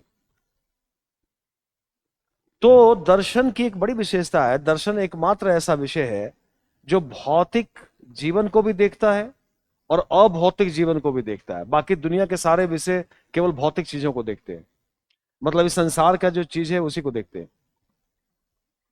एकमात्र ऐसा विषय है दर्शन जो पारलौकिक चीजों को भी देखता है, लोक लोक से परलोक को भी देखता है, लोक से अलग जो परलोक है, पारलौकिक। और इसीलिए वो आत्मा, परमात्मा, मोक्ष, ऐसी चीजों पे बात करता है, यानी कि भौतिक चीजों पे बात करता है, संसार की चीजों पे भी, और गैर संसारिक चीजों पे बात करता है, भौतिक अभौतिक दोनों। तो एक अलग विषय है, लेकिन वो विषय कहाँ के लिए है? समाज का ही है। तो समाज में अगर इस विषय पे चिंतन मनन होगा तो उसका साहित्य पे असर नहीं पड़ेगा? क्या कबीर पे शंकर का द्वैतवाद का प्रभाव नहीं है? जल में कुंभ, कुंभ में जल, बाहर भीतर पानी, फूटा कुंभ, जल जल ही समाना, यह कह गए हो ज्ञानी। अंदर नदी में पानी है और कुंभ के अंदर भी, कुंभ यानी घड़ा, घड़ा में भी पानी है, दोनों तरफ पानी है, बाहर और भीतर पानी है। फूटा कुंभ, कुंभ जैसे ही घड़ा फूटा, दोनों जल एक में मिल गए। यही तो अद्वैतवाद है। शंकर ने इतना बड़ा बड़ा दर्शन इतने खतरनाक तरीके से बताया, उसको कबीर जैसा आदमी, अनुभवी आदमी, एक दोहे में बता दिया। जल में कुंभ, कुंभ में जल, बाहर भीतर पानी। यानी कि केवल जो घड़ा है, अज्ञान, जिसको शंकर ने कहा था अविद्या अज्ञान, वो अज्ञान अविद्या का प्रतीक है। जैसे ही अज्ञान खत्म हुआ, ज्ञान में हम गए, वैसे ही दोनों, आत्मा परमात्मा दोनों एक हो गए। सूरदास में क्या वल्लभाचार्य जी का दर्शन नहीं आया? शुद्धाद्वैतवाद है ना प्रभाव। वल्लभाचार्य जी के शिष्य थे वो, और वल्लभाचार्य जी ने शुद्धाद्वैतवाद में कहा था कि जैसे स्वर्ण है, सोना, चाहे उसका जो रूप बना लीजिए, शुद्ध ही रहेगा, हमेशा शुद्ध रहेगा।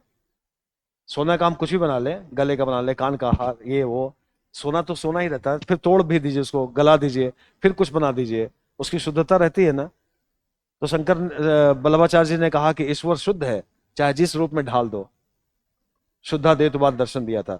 सूरदास ने शुद्धाद्वैतवाद पे लिखा। तुलसी रामानुजाचार्य से प्रभावित थे, जायसी सूफी दर्शन से प्रभावित है, निराला अध्यात्म से, अद्वैतवाद से प्रभावित है, पंत जी एकात्मवाद से प्रभावित थे, सर्वात्मवाद एकात्मवाद, सब में जीव है। महादेवी बौद्ध दर्शन से प्रभावित है, दुख पर लिखती हैं। प्रेमचंद मार्क्सवाद से प्रभावित है, मुक्तिबोध मार्क्सवाद से प्रभावित है, मार्क्सवाद आधुनिक दर्शन है। अगे जी अस्तित्ववाद से प्रभावित है। राजेंद्र यादव मार्क्सवादी है। क्या करना? नहीं, सब नहीं पढ़ना, ही तो मैं आपको एग्जाम्पल दे रहा हूं। तो क्या कहने का मेरा मतलब क्या हुआ कि दर्शन भी हमारे जीवन का हिस्सा है। साहित्य में दर्शन भी आता है, दर्शन भी हमारे जीवन से जुड़ा हुआ विषय है, और दर्शन का लाभ हम लोग उठा सकते हैं। कामायनी में दर्शन है, कामायनी में पूरा का पूरा शैव दर्शन है, प्रतिभिज्ञा दर्शन, पूरा कामायनी का थीम ही वही है। तो साहित्य में दर्शन का भी है, क्योंकि दर्शन भी हमारे जीवन का हिस्सा है। हाँ, यहां दार्शनिक विवेचना नहीं है दर्शन शास्त्र की तरह, बल्कि दर्शन से प्रभावित होकर साहित्यकारों ने रचनाएं की है, बस इतना ही है। ये कवि और लेखक दार्शनिक नहीं है, और दार्शनिक मीमांसा करना इनका उद्देश्य नहीं है। दर्शन से प्रभावित होकर उन्होंने रचनाएं लिखी। आई बात समझ में? तो दर्शन साहित्य ऐसे लिखेगा, साहित्य पर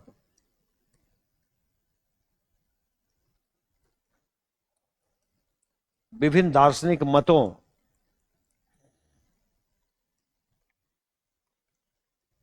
और विचारों का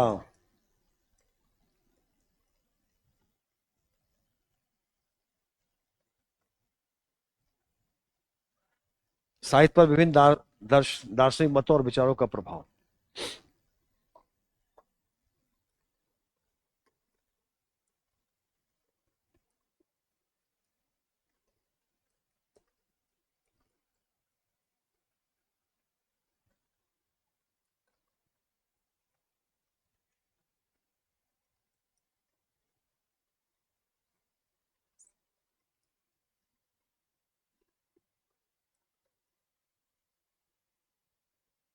प्रत्येक युग के साहित्य में किसी न किसी दर्शन या दार्शनिक विचारों की अभिव्यक्ति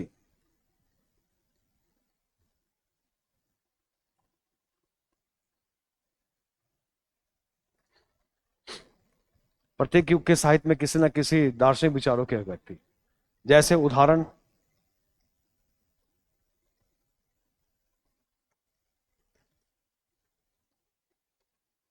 कबीर।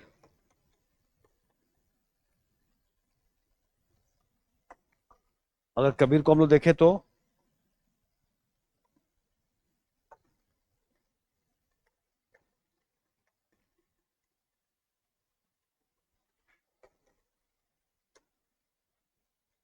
कबीर कई दर्शनों से प्रभावित है।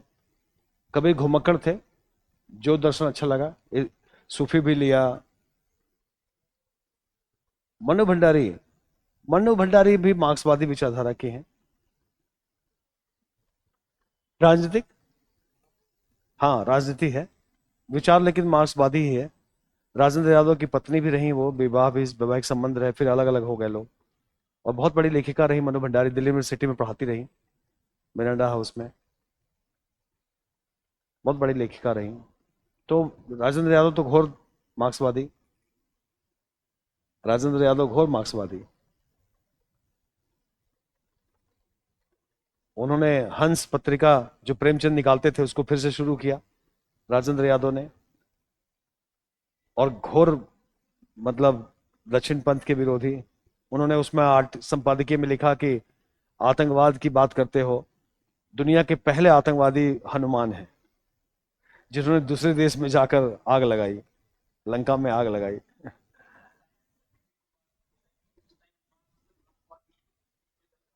हाँ, हाँ मार्क्सवाद का जलवा रहा है, सही। हाँ, और मार्क्सवाद बतौर विचार किसी को भी प्रभावित करता है, क्योंकि इसमें गरीबी, शोषण, अभाव की बात होती है। ये अलग बात है कि कोई भी दर्शन कंप्लीट नहीं होता, लोग नहीं समझते, लोग उसी के पीछे पड़ जाते हैं, उसी में जीने मरने लगते हैं। लेकिन कोई भी दर्शन अपने आप में कंप्लीट नहीं होता, हर दर्शन की अपनी सीमाएं हैं, हर विचार की अपनी सीमाएं। मार्क्सवाद बहुत अच्छा है, लेकिन मार्क्सवाद क्या कहता है कि हर चीज के पीछे आर्थिक कारण है, सामाजिक आर्थिक कारण। अब कोई चोरी कर रहा है तो बेचारा भूखा है, उसका अधिकार मारा गया है, समाज में असमानता है इसलिए वो चोरी कर रहा है। लेकिन ऐसा थोड़ा ही है, कई लोग शौकिया चोर हैं, है ना। कई लोगों का चोरी करना पेशा है, खाते पीते घर के हैं और गाड़ियां चुराते हैं, सामान चुराते हैं। तो मार्क्स लागू होता है क्या? नहीं। गांधी का भी दर्शन अधूरा है। गांधी ने कहा कि एक थप्पड़ मारे तो दूसरा, आजकल करिए तो दो चार थप्पड़ क्या, वो गोली मार के चला जाए। तो आज गांधी के विचार बहुत हद तक तो नहीं चल सकते। मनोविज्ञान कहता है, साइकोलॉजी, साइकोलॉजी भी एक दर्शन विचार है। वो कहता है हर चीज के पीछे काम भावना है, उसका अपनी फिलॉसफी है कि मन, मन की जटिलताएं और काम भावना यही है आदमी के निर्माण में। उसने साहित्य को भी माना कि साहित्य कुंठाओं के व्यक्ति है। उसने साहित्य को बड़ा संकीर्ण रूप से देखा मनोविज्ञान ने। मगर मनोविज्ञान ने कहा कि साहित्य कुंठित मानसिकता के व्यक्ति है, यानी कि साहित्यकार के अंदर कोई ना कोई कुंठा है, नाम कमाने की, यश कमाने की, या कुछ समस्या है, उसकी पूर्ति के लिए वो साहित्य लिखता है। लेकिन क्या ऐसा है क्या? ऐसा नहीं है, वो दर्शन भी अधूरा है, जबकि मनोविज्ञान बहुत अच्छा है। लेकिन उसकी ये बात आप पूरी तरीके से मानेंगे क्या? क्या कबीर को कुंठित कहेंगे आप? तुलसीदास को कुंठित कहेंगे? निराला कुंठित कहेंगे? नहीं। अच्छा, मनोविज्ञान में आप जाइएगा तो हर आदमी में कोई ना कोई डिसऑर्डर दिखेगा। मनोविज्ञान तो हजारों डिसऑर्डर की बात करता है, तो आपको हर चीज में कोई ना कोई डिसऑर्डर दिखेगा। हम लोग पढ़ेंगे मनोविज्ञान भी, पढ़ना ही पड़ेगा, जब आगे को पढ़ेंगे तब तो मनोविज्ञान पढ़ना पड़ेगा। तो मनोविज्ञान की कुछ बेसिक चीजें बताऊंगा मैं, कि मनोविज्ञान किन किन चीजों पर ज्यादा जोर डालता है, और पढ़ना भी पड़ेगा। अब देखिए 1936 में प्रेमचंद ने लिखा गोदान, और 1930 में अज्ञे जी ने लिखा शेखर एक जीवनी। अब गोदान में सामाजिक चिंता है, सामाजिक समस्या है, गरीबी, किसानों की गरीबी और सामाजिक चिंता। और अज्ञे जी की उपन्यास में क्या है, एक उसका जो नायक है शेखर, उसका अंतर्द्वंद, उसके अंदर मन की जटिलता। तो प्रेमचंद समाज में देख रहे थे और अज्ञे जी भीतर देख रहे थे, व्यक्ति को भीतर से पकड़ रहे थे, प्रेमचंद व्यक्ति को बाहर से पकड़ रहे। तो दोनों जरूरी है, दोनों जरूरी है समझना। और ये बात भी सही है कि हम समाज से भी प्रभावित होते हैं और अपने मन से भी प्रभावित होते हैं। हमारा मन जो अंदर है वो बड़ा एक जटिल मशीन है। मन की बहुत सारी बातें हैं, मन मन की बड़े सारी स्थितियां हैं, ईड, ईगो, सुपर ईगो और तमाम इन्फिनिटी कॉम्प्लेक्स, सुपरियरिटी कॉम्प्लेक्स, बहुत सारे मनोविज्ञान ने बताया है। तो कहने का मतलब कि मनोविज्ञान और जितने भी ऐसे हैं, कबीर से लेकर, आप कह लीजिए कबीर से लेकर आप निराला, मैं संक्षेप में सबका नाम ना देके, निराला मुक्ति बोध तक, सभी किसी ना किसी दर्शन से प्रभावित, सभी किसी ना किसी दर्शन से प्रभावित।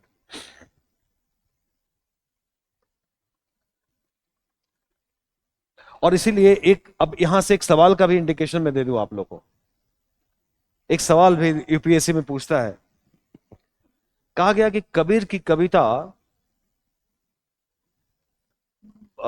कबीर की कविता, अ, कई तरह के सवाल पूछे गए हैं, मैं लाइन बता रहा हूं। कबीर की कविता उपदेश तो देती है, भावानमेज नहीं जगा पाती, ये पूछा यूपीएससी। अच्छा, कबीर की कविता दार्शनिक जटिल विचारों की अभिव्यक्ति है। कबीर की कविता में रस नहीं है क्योंकि उसमें दार्शनिक जटिलता है। तो कबीर की कविता पर बार बार यह सवाल उठाया गया कि कबीर की कविता जटिल है, दार्शनिक है, उसमें योग है, और इसीलिए आचार्य रामचंद्र शुक्ल ने कहा कि कबीर की कविता अच्छी नहीं है। लेकिन जब हम लोग जवाब लिखते हैं तो लिखते हैं कि नहीं, कबीर कबीर की कविता में कोई दार्शनिक विवेचन नहीं है, बल्कि वो उस समय के दर्शन से प्रभावित हैं और दर्शन को वो जीवन के लिए उपयोग में लाते हैं। और कबीर की कविता कहीं से जटिल नहीं है। अगर जटिल होती तो आज क्यों पढ़ी जाती, आज भी लोग क्यों पढ़ रहे होते। तो कबीर की कविता पर ऐसा आरोप लगाना ठीक नहीं है। कबीर की कविता केवल उपदेशात्मक नहीं है, भावना भी जगाती है। हम लोग डिफेंड करते हैं, अपने आंसर में लिखते हैं, और फिर उसमें एक लाइन ये भी लिखते हैं कि अगर केवल दर्शन और योग के कारण अगर कबीर की कविता को कमतर आंका जाए तो आगे के कवि को भी निकालना पड़ेगा साहित्य से।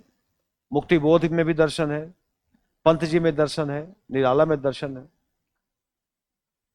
तो आचार्य शुक्ल को साहित्य में दर्शन से बड़ा परहेज है। आचार्य रामचंद्र शुक्ल के बारे में हम लोग पढ़ेंगे, बड़े आलोचक। तो आचार्य शुक्ल को कबीर पसंद नहीं है इसलिए क्योंकि कबीर की कविता में योग है, दर्शन है, धर्म है, जटिलताएं हैं, इसलिए आचार्य शुक्ल ने कबीर को उतना पसंद नहीं किया। लेकिन एक दूसरे बड़े आलोचक और आए जिनके बारे में मैं पढ़ाऊंगा, हजारी प्रसाद द्विवेदी। उन्होंने कबीर पर जम कर लिखा और एक किताब लिख दी, कबीर। और उन्होंने कबीर की इतनी तारीफ की, कबीर की विशेषताओं का विवेचन किया और बताया कि कबीर बेहद जरूरी है पढ़ना। कबीर एक क्रांतिकारी कवि हैं और उनकी कविता कहीं से भी नीरस नहीं है, उनकी कविता भी उतनी ही सरस है। और कबीर भी सूर, तुलसी, जायसी के इक्विवेलेंट है। और विवेचना करके उन्होंने कबीर को महिमा मंडित किया। लेकिन आचार्य शुक्ल जी थोड़ी सी उपेक्षा करते हैं, मतलब विरोधी नहीं है, लोगों ने कहा कि वो विरोध करते हैं, ऐसे वैसे ब्राह्मणवादी हैं। आचार्य शुक्ल के अपने मूल्यांकन के तौर तरीके हैं, इसलिए वो उनको अच्छा नहीं। तो इस पर भी सवाल पूछा जाता है, ठीक है ना, तो उस पर भी हम लोग करेंगे बातचीत। तो साहित्य और दर्शन का भी प्रभाव, ठीक है ना। अब जब हम लोग साहित्य पढ़ेंगे, इसलिए ये बातें हमने कही शुरू में, क्योंकि साहित्य पढ़ेंगे तो कई बार समाज भी आएगा, राजनीति भी आएगी, दर्शन भी आएगा। ये तो आपको कहीं से नहीं लगना चाहिए कि ये सब क्यों आ रहा है, ये सब भी आता रहा, सब जीवन का ही हिस्सा है। अगर तुलसीदास कहते हैं, तुलसीदास को हम लोग पढ़ेंगे, और तुलसीदास कहते हैं अपनी एक कविता में कि हम तो चाकर राम के, पटो लिखो दरबार, अब का तुलसी होएंगे नर के मनसबदार। तो आपको पता है ना कि मध्यकाल में अकबर के जमाने में मनसबदारी व्यवस्था थी, और वो कहते हैं कि अब हम किसी नर के मनसबदार क्या होंगे, हम तो उसके मनसबदार हैं, ईश्वर के। हम तो चाकर राम के, पटो लिखो दरबार, हमने उसके दरबार में अपना पट्टा लिख दिया है। अब का तुलसी होंगे नर के मनसबदार, अकबर के मनसबदार क्या होंगे? तो क्या उनकी राजनीतिक चेतना नहीं है? उन्होंने राजनीतिक रूप से अकबर के मनसबदारी पे हमला नहीं किया?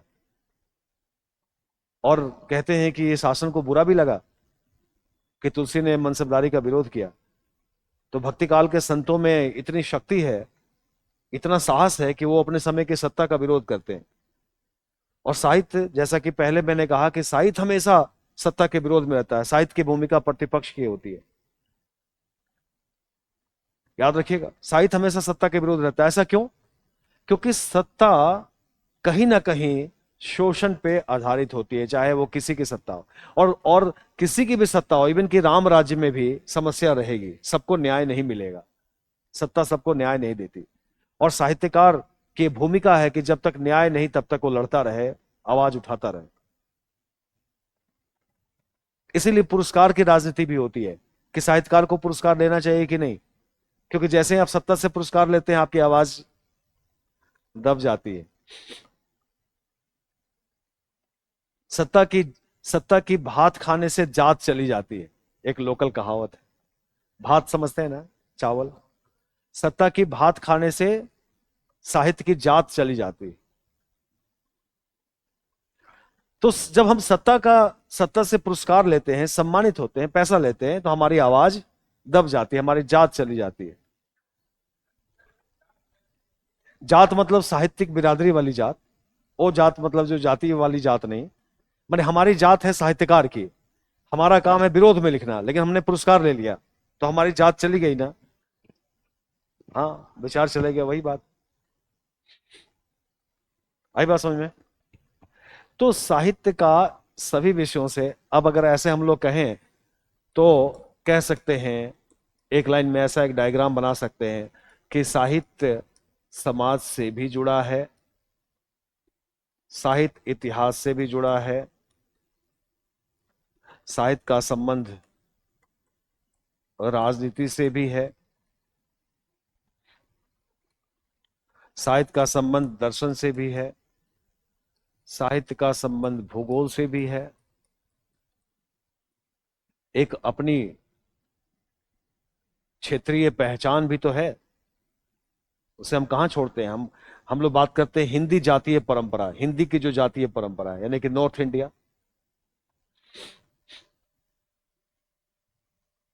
और साहित्य और संस्कृति, संस्कृति का ही हिस्सा है साहित्य, संस्कृति कह लीजिए, सिंपल।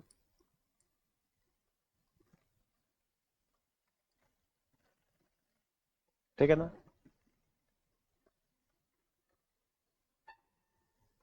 तो इन सब चीजों को जानने से हमारा दृष्टिकोण व्यापक होता है। अब आपको किसी रचनाकार को पढ़ेंगे तो मजा आएगा, समझ पाएंगे, है ना? अच्छा, किसी को आप देखिए, जैसे आप कहिए कबीर, कबीर तो पढ़े लिखे नहीं थे, कबीर तो अनपढ़ गंवार है।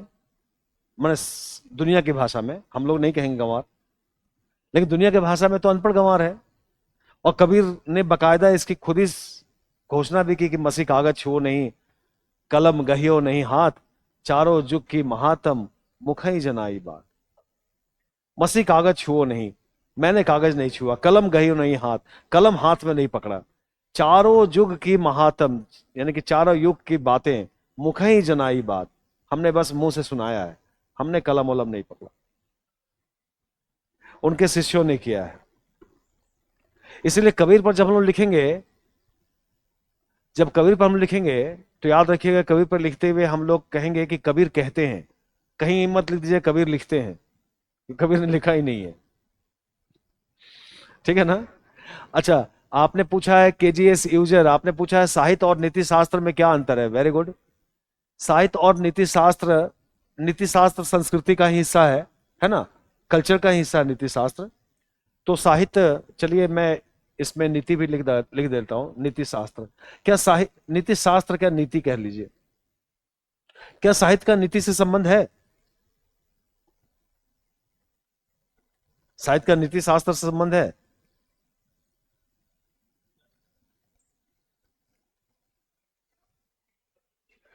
अच्छा, फिगर नहीं बन रहा है। नीति शास्त्र तो टॉपिक भी पढ़ना भी है, चौथा paper, ethics. Ethics, integrity and aptitude. अरे भाई, संबंध कैसे नहीं होगा, वो भी तो साहित्य ही तो है। साहित्य में हम जितनी कहानी, कविता, उपन्यास, नाटक पढ़ते हैं तो किस लिए पढ़ते हैं, मैं अभी आगे बताऊंगा साहित्य का प्रयोजन। किस लिए पढ़ते हैं? हमें उनको पढ़कर सीख मिलती है, शिक्षा मिलती है। हमारे अंदर नैतिकता, कर्तव्य बोध, दया, करुणा, ममता, और यही तो नीति शास्त्र है। नीति शास्त्र क्या है? ये है ना नीति, नैतिकता। यानी कि नैतिकता किसको कहते हैं? यानी कि जो जीवन और समाज के लिए उपयोगी मूल्य हैं, वही नैतिक है, और उनका हमें जीवन में पालन करना चाहिए। हमारे जीवन का आधार क्या है? नैतिकता। अगर हम नैतिक जीवन नहीं है, यानी कि पारिवारिक, सामाजिक, राष्ट्रीय मूल्यों, विचारों, अनुशासन को नहीं मानते, तो हम अनैतिक हो जाएंगे, अराजक हो जाएंगे। तो साहित्य तो नैतिकता का ही भाषण देता है, साहित्य तो नैतिकता का ही पाठ पढ़ाता है, हमें आदमी से इंसान बनाता है। तो साहित्य और नैतिकता में सीधा संबंध है। ममता चौहान, यस, यस, संबंध है, क्योंकि इसका उद्देश्य ही मंगल, हाँ यस, मंगलमय है। निरुपमा, सही कहा। नीति शास्त्र में भी यही सब आता है, बिल्कुल। तो ये चर्चा जो हम लोग कर रहे हैं, आप सब लोग को भी बता दूं मैं कि ये चर्चा साहित्य के क्रम में शुरुआत में आ गई। ये चर्चा आप सब लोग को इंटरव्यू के लिए भी काम आएगा, और भी साइज को समझने में भी थोड़ा ब्रॉड समझ बनेगी। क्लियर है? कोई प्रश्न ऐसा, कोई मन में विचार, कोई ऐसा तो नहीं? अच्छा, इन सब को जानते रहेंगे तो अब आपके लिए एक बड़ा फायदा होगा। भूगोल से कनेक्ट बता देता हूं, चलिए बता दो, फिर मैं एक बात कहूंगा आपसे। भूगोल से, भूगोल हम सब लोग की एक भौगोलिक पृष्ठभूमि है ना? आप राजस्थान से आते हैं, आपने बताया। क्या आपके जीवन में राजस्थान नहीं है? राजस्थान की कल्चर, राजस्थान का रहन सहन, इवन की भाषा में टोन भी है। आप हिंदी बोल रहे हैं लेकिन उसमें टोन थोड़ा है, इसलिए मैंने पहले ही कह दिया कि आप राजस्थान से हैं क्या। या आप मेरे बारे, किसी के बारे में हम लोग तुरंत कह देते हैं आप फला जगह से हैं क्या, क्योंकि हमारे ऊपर उस क्षेत्रीय बोली का टोन भी रहता। अच्छा, वहां की कल्चर जो हम कह रहे हैं, तो यानी कि वहां खान पान, रहन सहन, रीति रिवाज हमारे जीवन में है ना। और कई साहित्य तो ऐसा है जो रीजनल जीवन पर ही लिखा गया है। मसलन मैला आंचल, मैला आंचल तो पूरा आंचलिक उपन्यास है, बिहार का पूर्णिया अंचल पर लिखा गया। अच्छा, प्रेमचंद आते हैं कहां से? पूर्वांचल से। उनकी रचनाओं में पूर्वांचल की भाषा, शब्द है ना, अवधि के शब्द है ना। उनकी कहानी है अलग योझा। अलग योझा पूर्वांचल की, अवधि की भाषा है, यानी कि बंटवारा,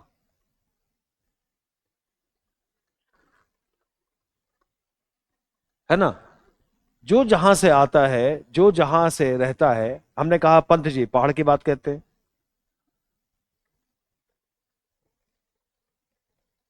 नागार्जुन बिहारी, उनके ऊपर हावी है, बिहार बिहारी, हरिजन गाथा। तो कहीं ना कहीं हम सब के अंदर एक भूगोल भी चलता है, क्योंकि हम सब किसी न किसी स्थान विशेष को रिप्रेजेंट करते हैं।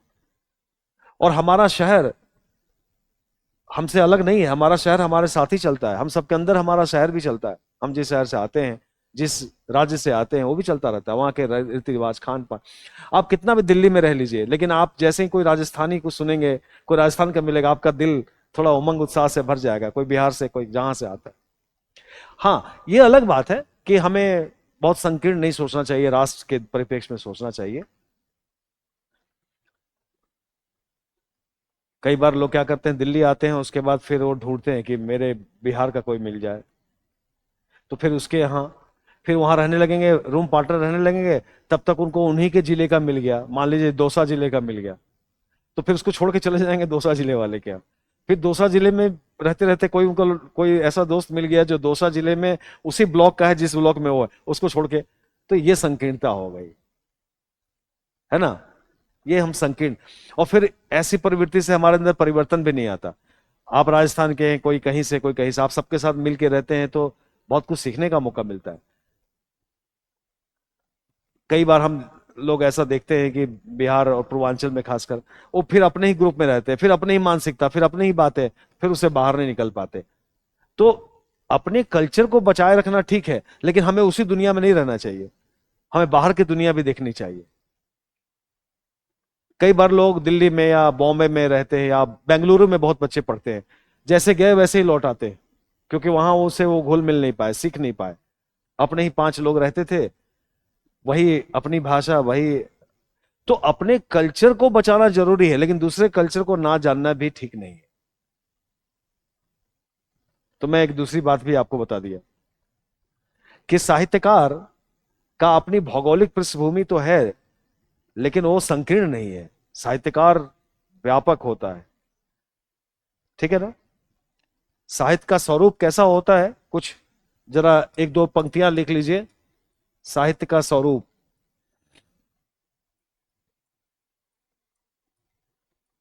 जरा एक दो मोटी मोटी बातें लिख लीजिए, साहित्य का स्वरूप।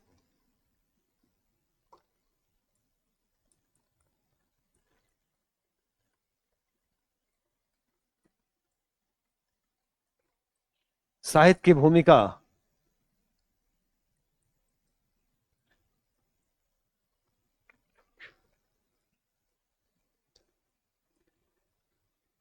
ऐसे लिख लीजिएगा, साहित्य की भूमिका प्रतिपक्ष की होती है।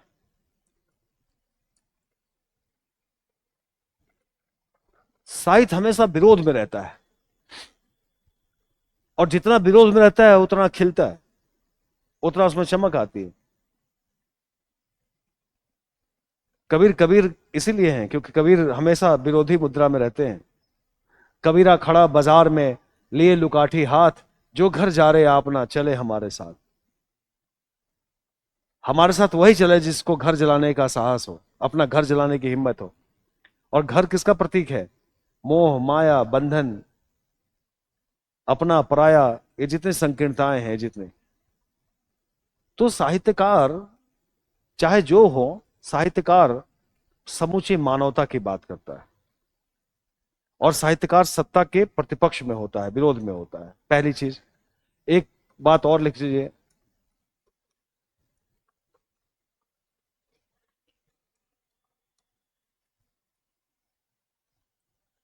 साहित्य का मूल उद्देश्य, साहित्य का मूल उद्देश्य लोक मंगल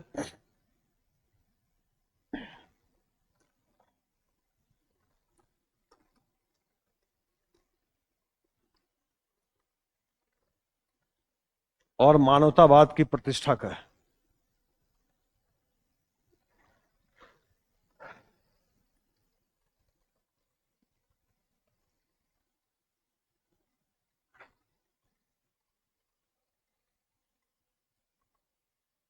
साहित्य का मूल उद्देश्य लोक मंगल और मानवतावाद की प्रतिष्ठा है।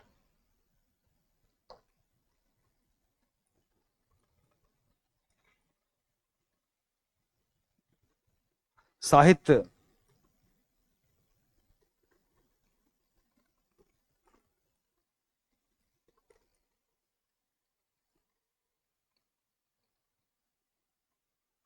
सांप्रदायिकता, सांप्रदायिक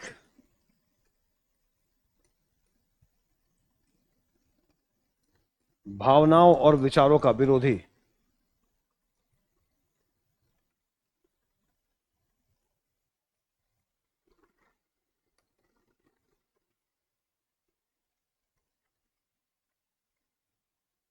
का विरोधी है।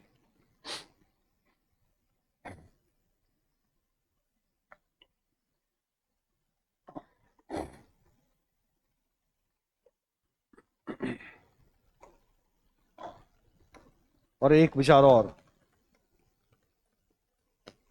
कि साहित्य का संदेश, साहित्य का उद्देश्य और संदेश, दोनों बातें, साहित्य का उद्देश्य और संदेश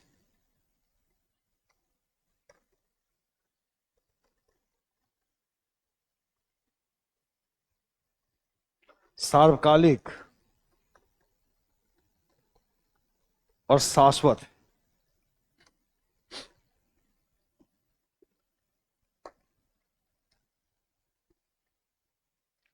साहित्य का उद्देश्य सार्वकालिक, इसका मतलब हर काल में, यूनिवर्सल, हर जगह, और शाश्वत यानी कि अमर। अमर, इमोर्टल, अमर। शाश्वत यानी कि हमेशा चलने वाला, निरंतरता। ठीक है ना? तो साहित्य का उद्देश्य और संदेश क्या होता है? सार्वकालिक और शाश्वत। साहित्य संकीर्ण हो ही नहीं सकता, होता ही नहीं है। अगर वो संकीर्णता की बात कर रहा है तो समझे नकली साहित्य है। उसमें भाषा, जाति, धर्म, संप्रदाय, किसी की संकीर्णता नहीं हो सकती। लोग नहीं समझते तो लोग क्या करते हैं? गोस्वामी तुलसीदास का विरोध करते हैं, प्रेमचंद की किताबों को जलाते हैं कि प्रेमचंद ने दलितों को, दलित जातियों के नाम से पुकारा है, दलित विरोधी हैं प्रेमचंद, सवर्णवादी हैं। प्रेमचंद ने जाति सूचक शब्दों का प्रयोग किया है गोदान में, सभी जगह। लेकिन क्या ऐसा हो सकता है जो पूरे जीवन दलितों पर लिखा वो दलित विरोधी हो सकता है? लेकिन कितने नॉनसेंस लोग हैं आजकल, दलित विमर्श वाले लोग प्रेमचंद की किताबों को जलाते हैं। गोस्वामी तुलसीदास का देख ही रहे हैं, हर जगह बीच में विरोध हुआ था, बिहार में, यूपी में, कि गोस्वामी तुलसीदास ब्राह्मणवादी हैं, जातिवादी हैं, इनकी किताबों को जला देना चाहिए, रामचरितमानस नहीं पढ़ना चाहिए। लेकिन जिनके आराध्य श्री राम सभी को गले लगाते हैं, छोटी और निम्न जाति, तथा कथित समाज के जो निम्न जाति और छोटी जाति, आदिवासी, जंगल के लोग, सबके साथ मिलकर लड़ाई लड़ते हैं, सबके भावनाओं का ध्यान रखते हैं, सबरी के जूठे बैर खाते हैं, क्या वो दलित विरोधी होंगे? तुलसी खुद गरीब रहे, मंदिर में खैबो मस्जिद में सोइबो, खुद लिख रहे हैं, क्या वो मुस्लिम विरोधी होंगे? तो कहने का यह मतलब है कि रचनाकार कभी ऐसा हो ही नहीं सकता। ये इस तरह की बातें फैलाना गलत है। उसका दुरुपयोग करते हैं, उसका दुरुपयोग करते हैं, यस, साहित्य का। जबकि ये मूर्ख हैं, इनको पता नहीं है जो लोग दुरुपयोग करते हैं कि साहित्य का आप दुरुपयोग कर ही नहीं सकते। साहित्य तो प्रमाणिक है, साहित्य में सच लिखा जाता है, तो साहित्य का दुरुपयोग कितना नहीं करोगे, लोग, पढ़ने वाले लोग जान ही जाएंगे। आप साहित्य से किसी को धोखा नहीं दे सकते, क्योंकि साहित्य को आप मिसकोट, मिसयूज कर सकते हैं। जैसे मैं अपने पक्ष में कोई शेर सुना दूं कि मैं सही हूं, लेकिन वो अभी तत्काल आपको लग जाएगा कि हाँ हाँ मैं सही हूँ, ठीक है, सर ने कहा सही है, और उन्होंने गालिब को सुना दिया कि हाँ ये। लेकिन फिर आप बाद में विश्लेषण करेंगे तो कहेंगे गालिब तो अपनी जगह ठीक है, सुनाने वाला आदमी गलत है। तो कई बार आपने देखा होगा राजनीतिक व्यक्ति लोग भी अपने फायदे के लिए सुना देते हैं, है ना, सहानुभूति लेने के लिए, लोगों के वोट बैंक के लिए, कैसे कैसे बातें सुनाते हैं।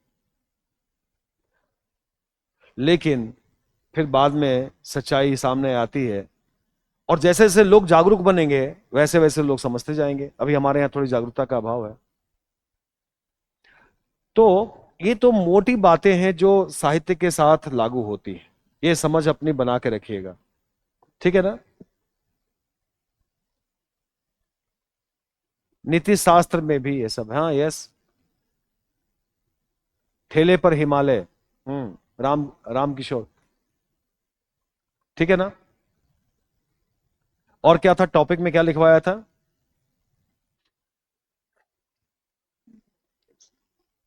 जो टॉपिक लिखवाया था, लिखा था नहीं? हाँ, अभी जो लिखवाया था। नहीं, ऊपर सेकंड वाला क्या था? साहित्य का प्रयोजन, साहित्य का उद्देश्य क्या है, जरा ये भी देखिए जरा।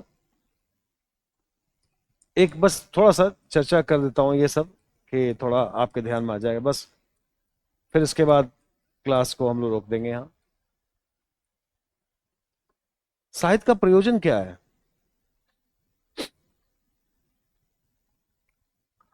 जरा, एक बड़ा अर्जेंट सा कॉल आ रहा है, एक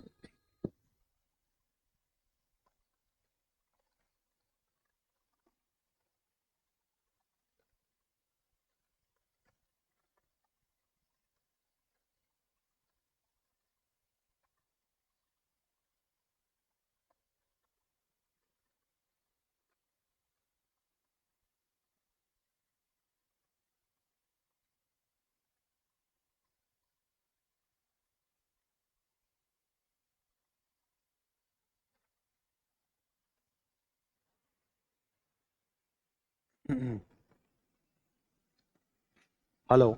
हाँ सर, आपने जो कल बुक बताया था वो बुक पेपर बैक में है? हाँ पेपर बैक में है, और आज हमने एक बुक लिस्ट भी डाला है ऑनलाइन। केवल वही किताबें खरीदनी है, 10-15 किताबें, बाकी सब मैं दूंगा। और सब पतली पतली किताबें हैं, ठीक है ना? आप लोगों को तो मिलेगा, उस पर ऑनलाइन मिल जाएगा कि मैं अलग से दे दूंगा प्रिंट? प्रिंट या एक जो दिया है इसमें इसमें मैं टिक लगा दूंगा। ठीक है ना, लगा देता। हाँ, ये नहीं मिली है? कल वाली है बुकलेट क्या? वर्कशॉप वाली? अच्छा, कल वहां चाहेंगे ना आप? वजीरा मिल जाएगा,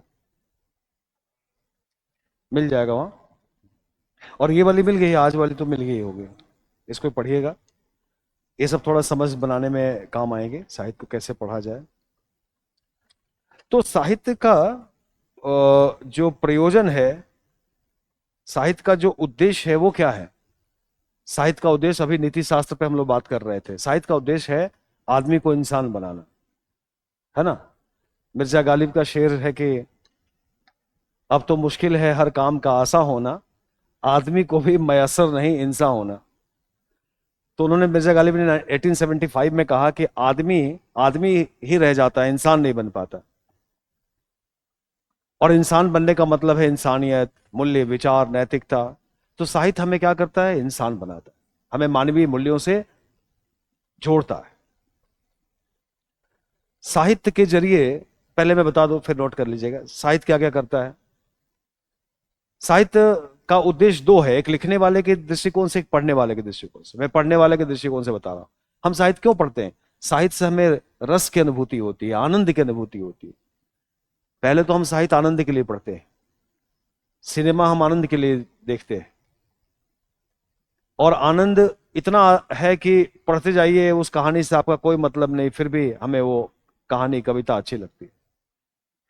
तो पहला तो उद्देश्य है आनंद। दूसरा उद्देश्य है उससे हम मूल्य, जीवन मूल्य सीखते हैं, आदमी से इंसान बनते हैं। तीसरा है कि उसके जरिए हम अपनी संस्कृति से कनेक्ट होते हैं। साहित्य में क्या है? हमारी पूरी सांस्कृतिक विरासत की घटनाओं की चर्चा है, हम अपनी संस्कृति को जानते हैं। कबीर को पढ़कर आपको मध्यकाल की संस्कृति का पता नहीं चलता? चलता है। कालिदास को पढ़ेंगे तो उनके जमाने में गुप्त काल की संस्कृति का पता चलेगा। चौथी बात कि साहित्य किस में लिखा जाता है? भाषा में। कौन सी भाषा में हम लोग पढ़ रहे हैं? हिंदी। तो हिंदी भाषा की विरासत को भी हम जानते हैं। भाषा सुरक्षित कहाँ रहती है? साहित्य में ही। बोलने वाली भाषा तो खत्म हो जाती है, जो लिखित है वो तो कभी खत्म नहीं हुआ ना। लाइब्रेरी में किताबें हैं, हिंदी में आचार्य रामचंद्र शुक्ल की लिखी हुई किताबें हैं 1929 की, साहित्य का इतिहास, उसको तो खत्म नहीं कर सकते ना। तो भाषा को संरक्षित रखने का साधन भी साहित्य है, इसलिए भी जरूरी है। साहित्य से हमारा व्यक्तित्व का विकास होता है, साहित्य पढ़कर हम, हमारा व्यक्तित्व बनता है। तो ये सब तो उद्देश्य है साहित्य का, पाठक के दृष्टिकोण से। लेखक के दृष्टिकोण से, यदि मैं लेखक हूं, आप लेखक हैं, तो किस लिए साहित्य लिखते हैं आप? कई कारण हैं। कुछ लोग कहते हैं कि स्वांतः सुखाय, तुलसीदास कहते हैं स्वांतः सुखाय, अपने सुख के लिए। कुछ लोग अपनी भावनाओं को व्यक्त करने के लिए लिखते हैं, कोई उनको मिलता नहीं है तो साहित्य के जरिए अपनी भावनाओं को व्यक्त करते हैं। साहित्य का एक उद्देश्य, लिखने का एक उद्देश्य यश कमाना भी है, साहित्य से नाम प्रतिष्ठा। कहते हैं कि ये मृत्यु लोक है, यहां सबको मर जाना है, लेकिन हमें यहां भी अमर होने का वरदान प्राप्त है। कोई अच्छा सा साहित्य लिख दीजिए, आप अमर हो गए। क्या प्रेमचंद भारत में कभी मरेंगे? शरीर से मर गए हैं, उनके उनके विचार तो हमेशा रहेंगे ना। हम लोग प्रेमचंद को आज भी पढ़े रहे, पढ़ते रहेंगे। तो साहित्य या रचना या सृजनात्मकता एक ऐसी साधन है जो आपको मृत्यु लोक में अमर बना सकती है। तो यश भी मिलता है, और एक साहित्य का उद्देश्य अर्थ प्राप्ति भी हो सकता है, पैसे भी तो कमाते हैं, यश और पैसा भी कमाते हैं। तो साहित्य का प्रयोजन दोनों दृष्टिकोण से है, लेखक के दृष्टिकोण से भी, और बस ये नोट कर ले, लेखक के दृष्टि, पाठक के दृष्टिकोण से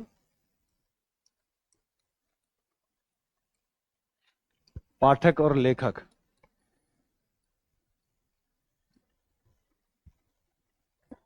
पाठक के दृष्टिकोण से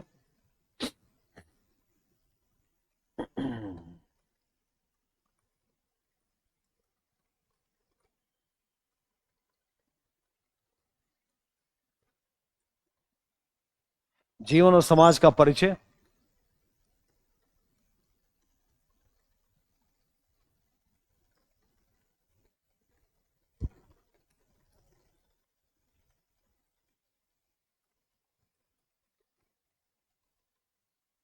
सांस्कृतिक और मानवीय मूल्यों,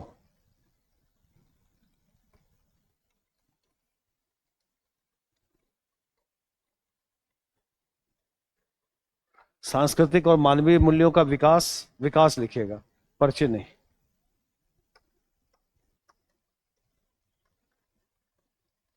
सांस्कृतिक और मानवीय मूल्यों का विकास,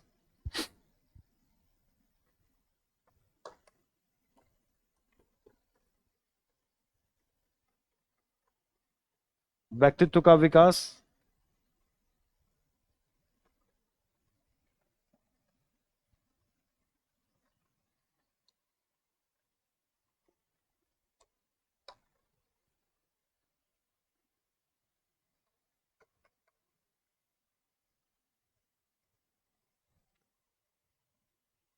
जातीय परंपरा और इतिहास से परिचय,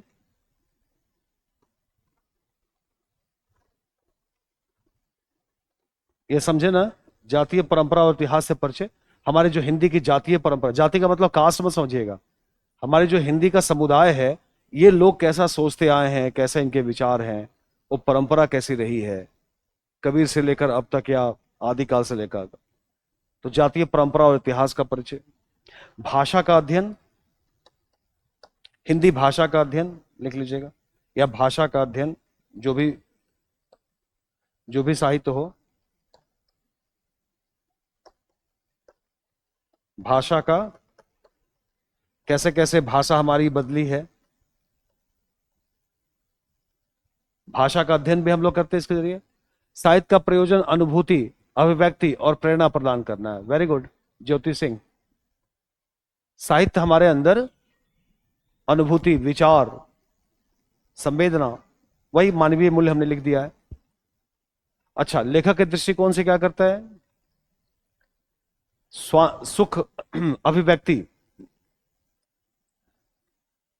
निजी अभिव्यक्ति, निजी यानी कि व्यक्तिक। निजी को अच्छी भाषा में हम लोग क्या कहते हैं? चाहे पहले व्यक्तिक ही लिख दूं, थोड़ा ये सबसे परिचय रहिएगा, मैं बार बार ये शब्द का इस्तेमाल करूंगा। व्यक्तिक, व्यक्तिक का मतलब निजी, व्यक्तिक, व्यक्तिक अनुभूति, व्यक्तिक, व्यक्तिक अनुभूति और विचार और विचारों की अभिव्यक्ति का माध्यम, या की अभिव्यक्ति करते हैं इसके जरिए हम लोग, बस अभिव्यक्ति लिख दीजिएगा। निजी अनुभूति और विचारों की अभिव्यक्ति करता है लेखक। स्वांतः सुखाय, तुलसीदास ने कहा अपने सुख के लिए, स्वांतः सुखाय।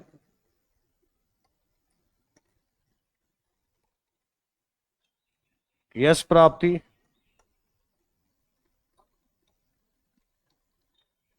अर्थ प्राप्ति, यश प्राप्ति, अर्थ प्राप्ति। हाँ, अर्थ यानी कि धन। आज के आर्थिक जमाने में आप ऐसे पूछिएगा तो गड़बड़ हो जाएगा। आज अर्थ को कौन नहीं जानता?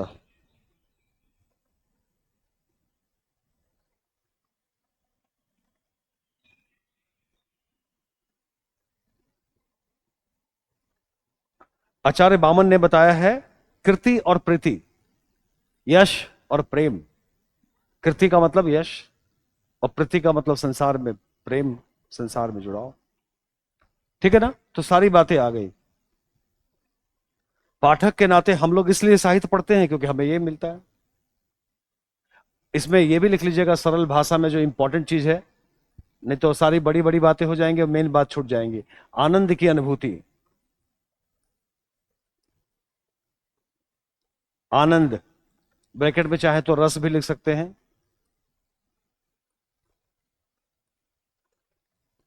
हमें साहित्य पढ़ने से आनंद की अनुभूति होती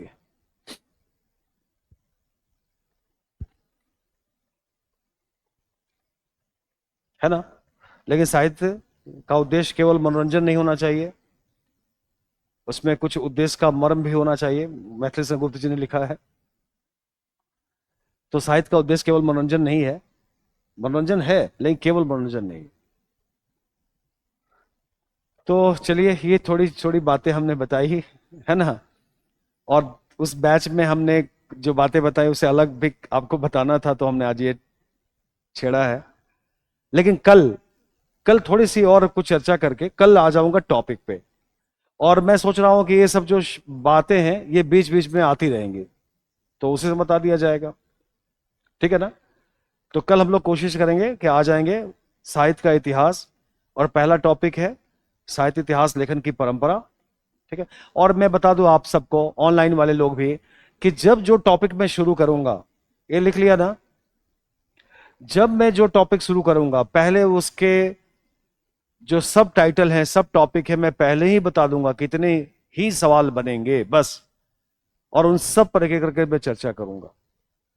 जैसे साहित्य का इतिहास लेखन की परंपरा जब हम लोग बात करेंगे तो मैं पहले ही बता दूंगा कितने सवाल, और एक आप लोगों को सिलेबस भी दूंगा मैं, सिलेबस का ब्रेकअप। उससे बाहर एक भी सवाल नहीं आएंगे, पक्की गारंटी, काउंटर गारंटी। हाँ, हाँ, ठीक है ना। केवल अलग क्या होता है उसकी भाषा, प्रश्न की भाषा। अब जैसे मान लीजिए एग्जाम्पल में दूं कि रीतिकाल में प्रेम और श्रृंगार है, तो कहा जाता है कि रीतिकाल को क्यों पढ़ाया जाए आजकल, नारी नक्श के वर्णन है, क्या फायदा है। रीतिकाल पे एक सवाल हम लोग करते हैं हमेशा, क्या फायदा है। अब यूपीएससी में पूछ दिया कि रीतिकालीन साहित्य के आस्वादन के नए प्रतिमान क्या हो सकते हैं, चर्चा कीजिए। तो केवल भाषिक पर चमत्कार किया। रीतिकालीन साहित्य के आस्वादन के नए प्रतिमान, यानी कि कैसे, आस्वादन का मतलब होता है पढ़ना, यानी कि रीतिकालीन साहित्य को कैसे पढ़ा जाए, नया प्रतिमान क्या हो सकता है, नया उसका मूल्यांकन का आधार क्या हो सकता है, ठीक है ना। तो नया क्या हो सकता है, जब पढ़ेंगे बताएंगे कि रीतिकाल बेकार नहीं है। नारी नक्श वर्णन, आज सौंदर्य का इतना बड़ा उद्योग है दुनिया में, तो क्या रीतिकालीन साहित्य बेकार है, वो बताता है। और सौंदर्य भी हमारे जीवन का हिस्सा है। और रीतिकालीन कवियों ने हाव भाव, चाल ढाल, रंग रूप, चेष्टा, भाव भंगिमा, सब पर इतना विस्तार से लिखा है, उसका हमको उपयोग करना चाहिए, ठीक है ना। तो आज के लिए इतना ही। आप सबका बहुत बहुत धन्यवाद, आप सबने धैर्यपूर्वक 2 घंटे सुना है। चलिए, लेकिन धीरे धीरे आदत डाल लीजिएगा 2 घंटे की। तो मिलते हैं हम लोग कल। थैंक यू, बहुत बहुत धन्यवाद आप सबका। वर्षा पाल, सुनील, अर्चना कुमारी, यस, विवेक सागर, विक्की सागर, सॉरी, अंशिका। तो आप सबका बहुत बहुत धन्यवाद, थैंक यू। कल मिलते हैं हम लोग सेम टाइम।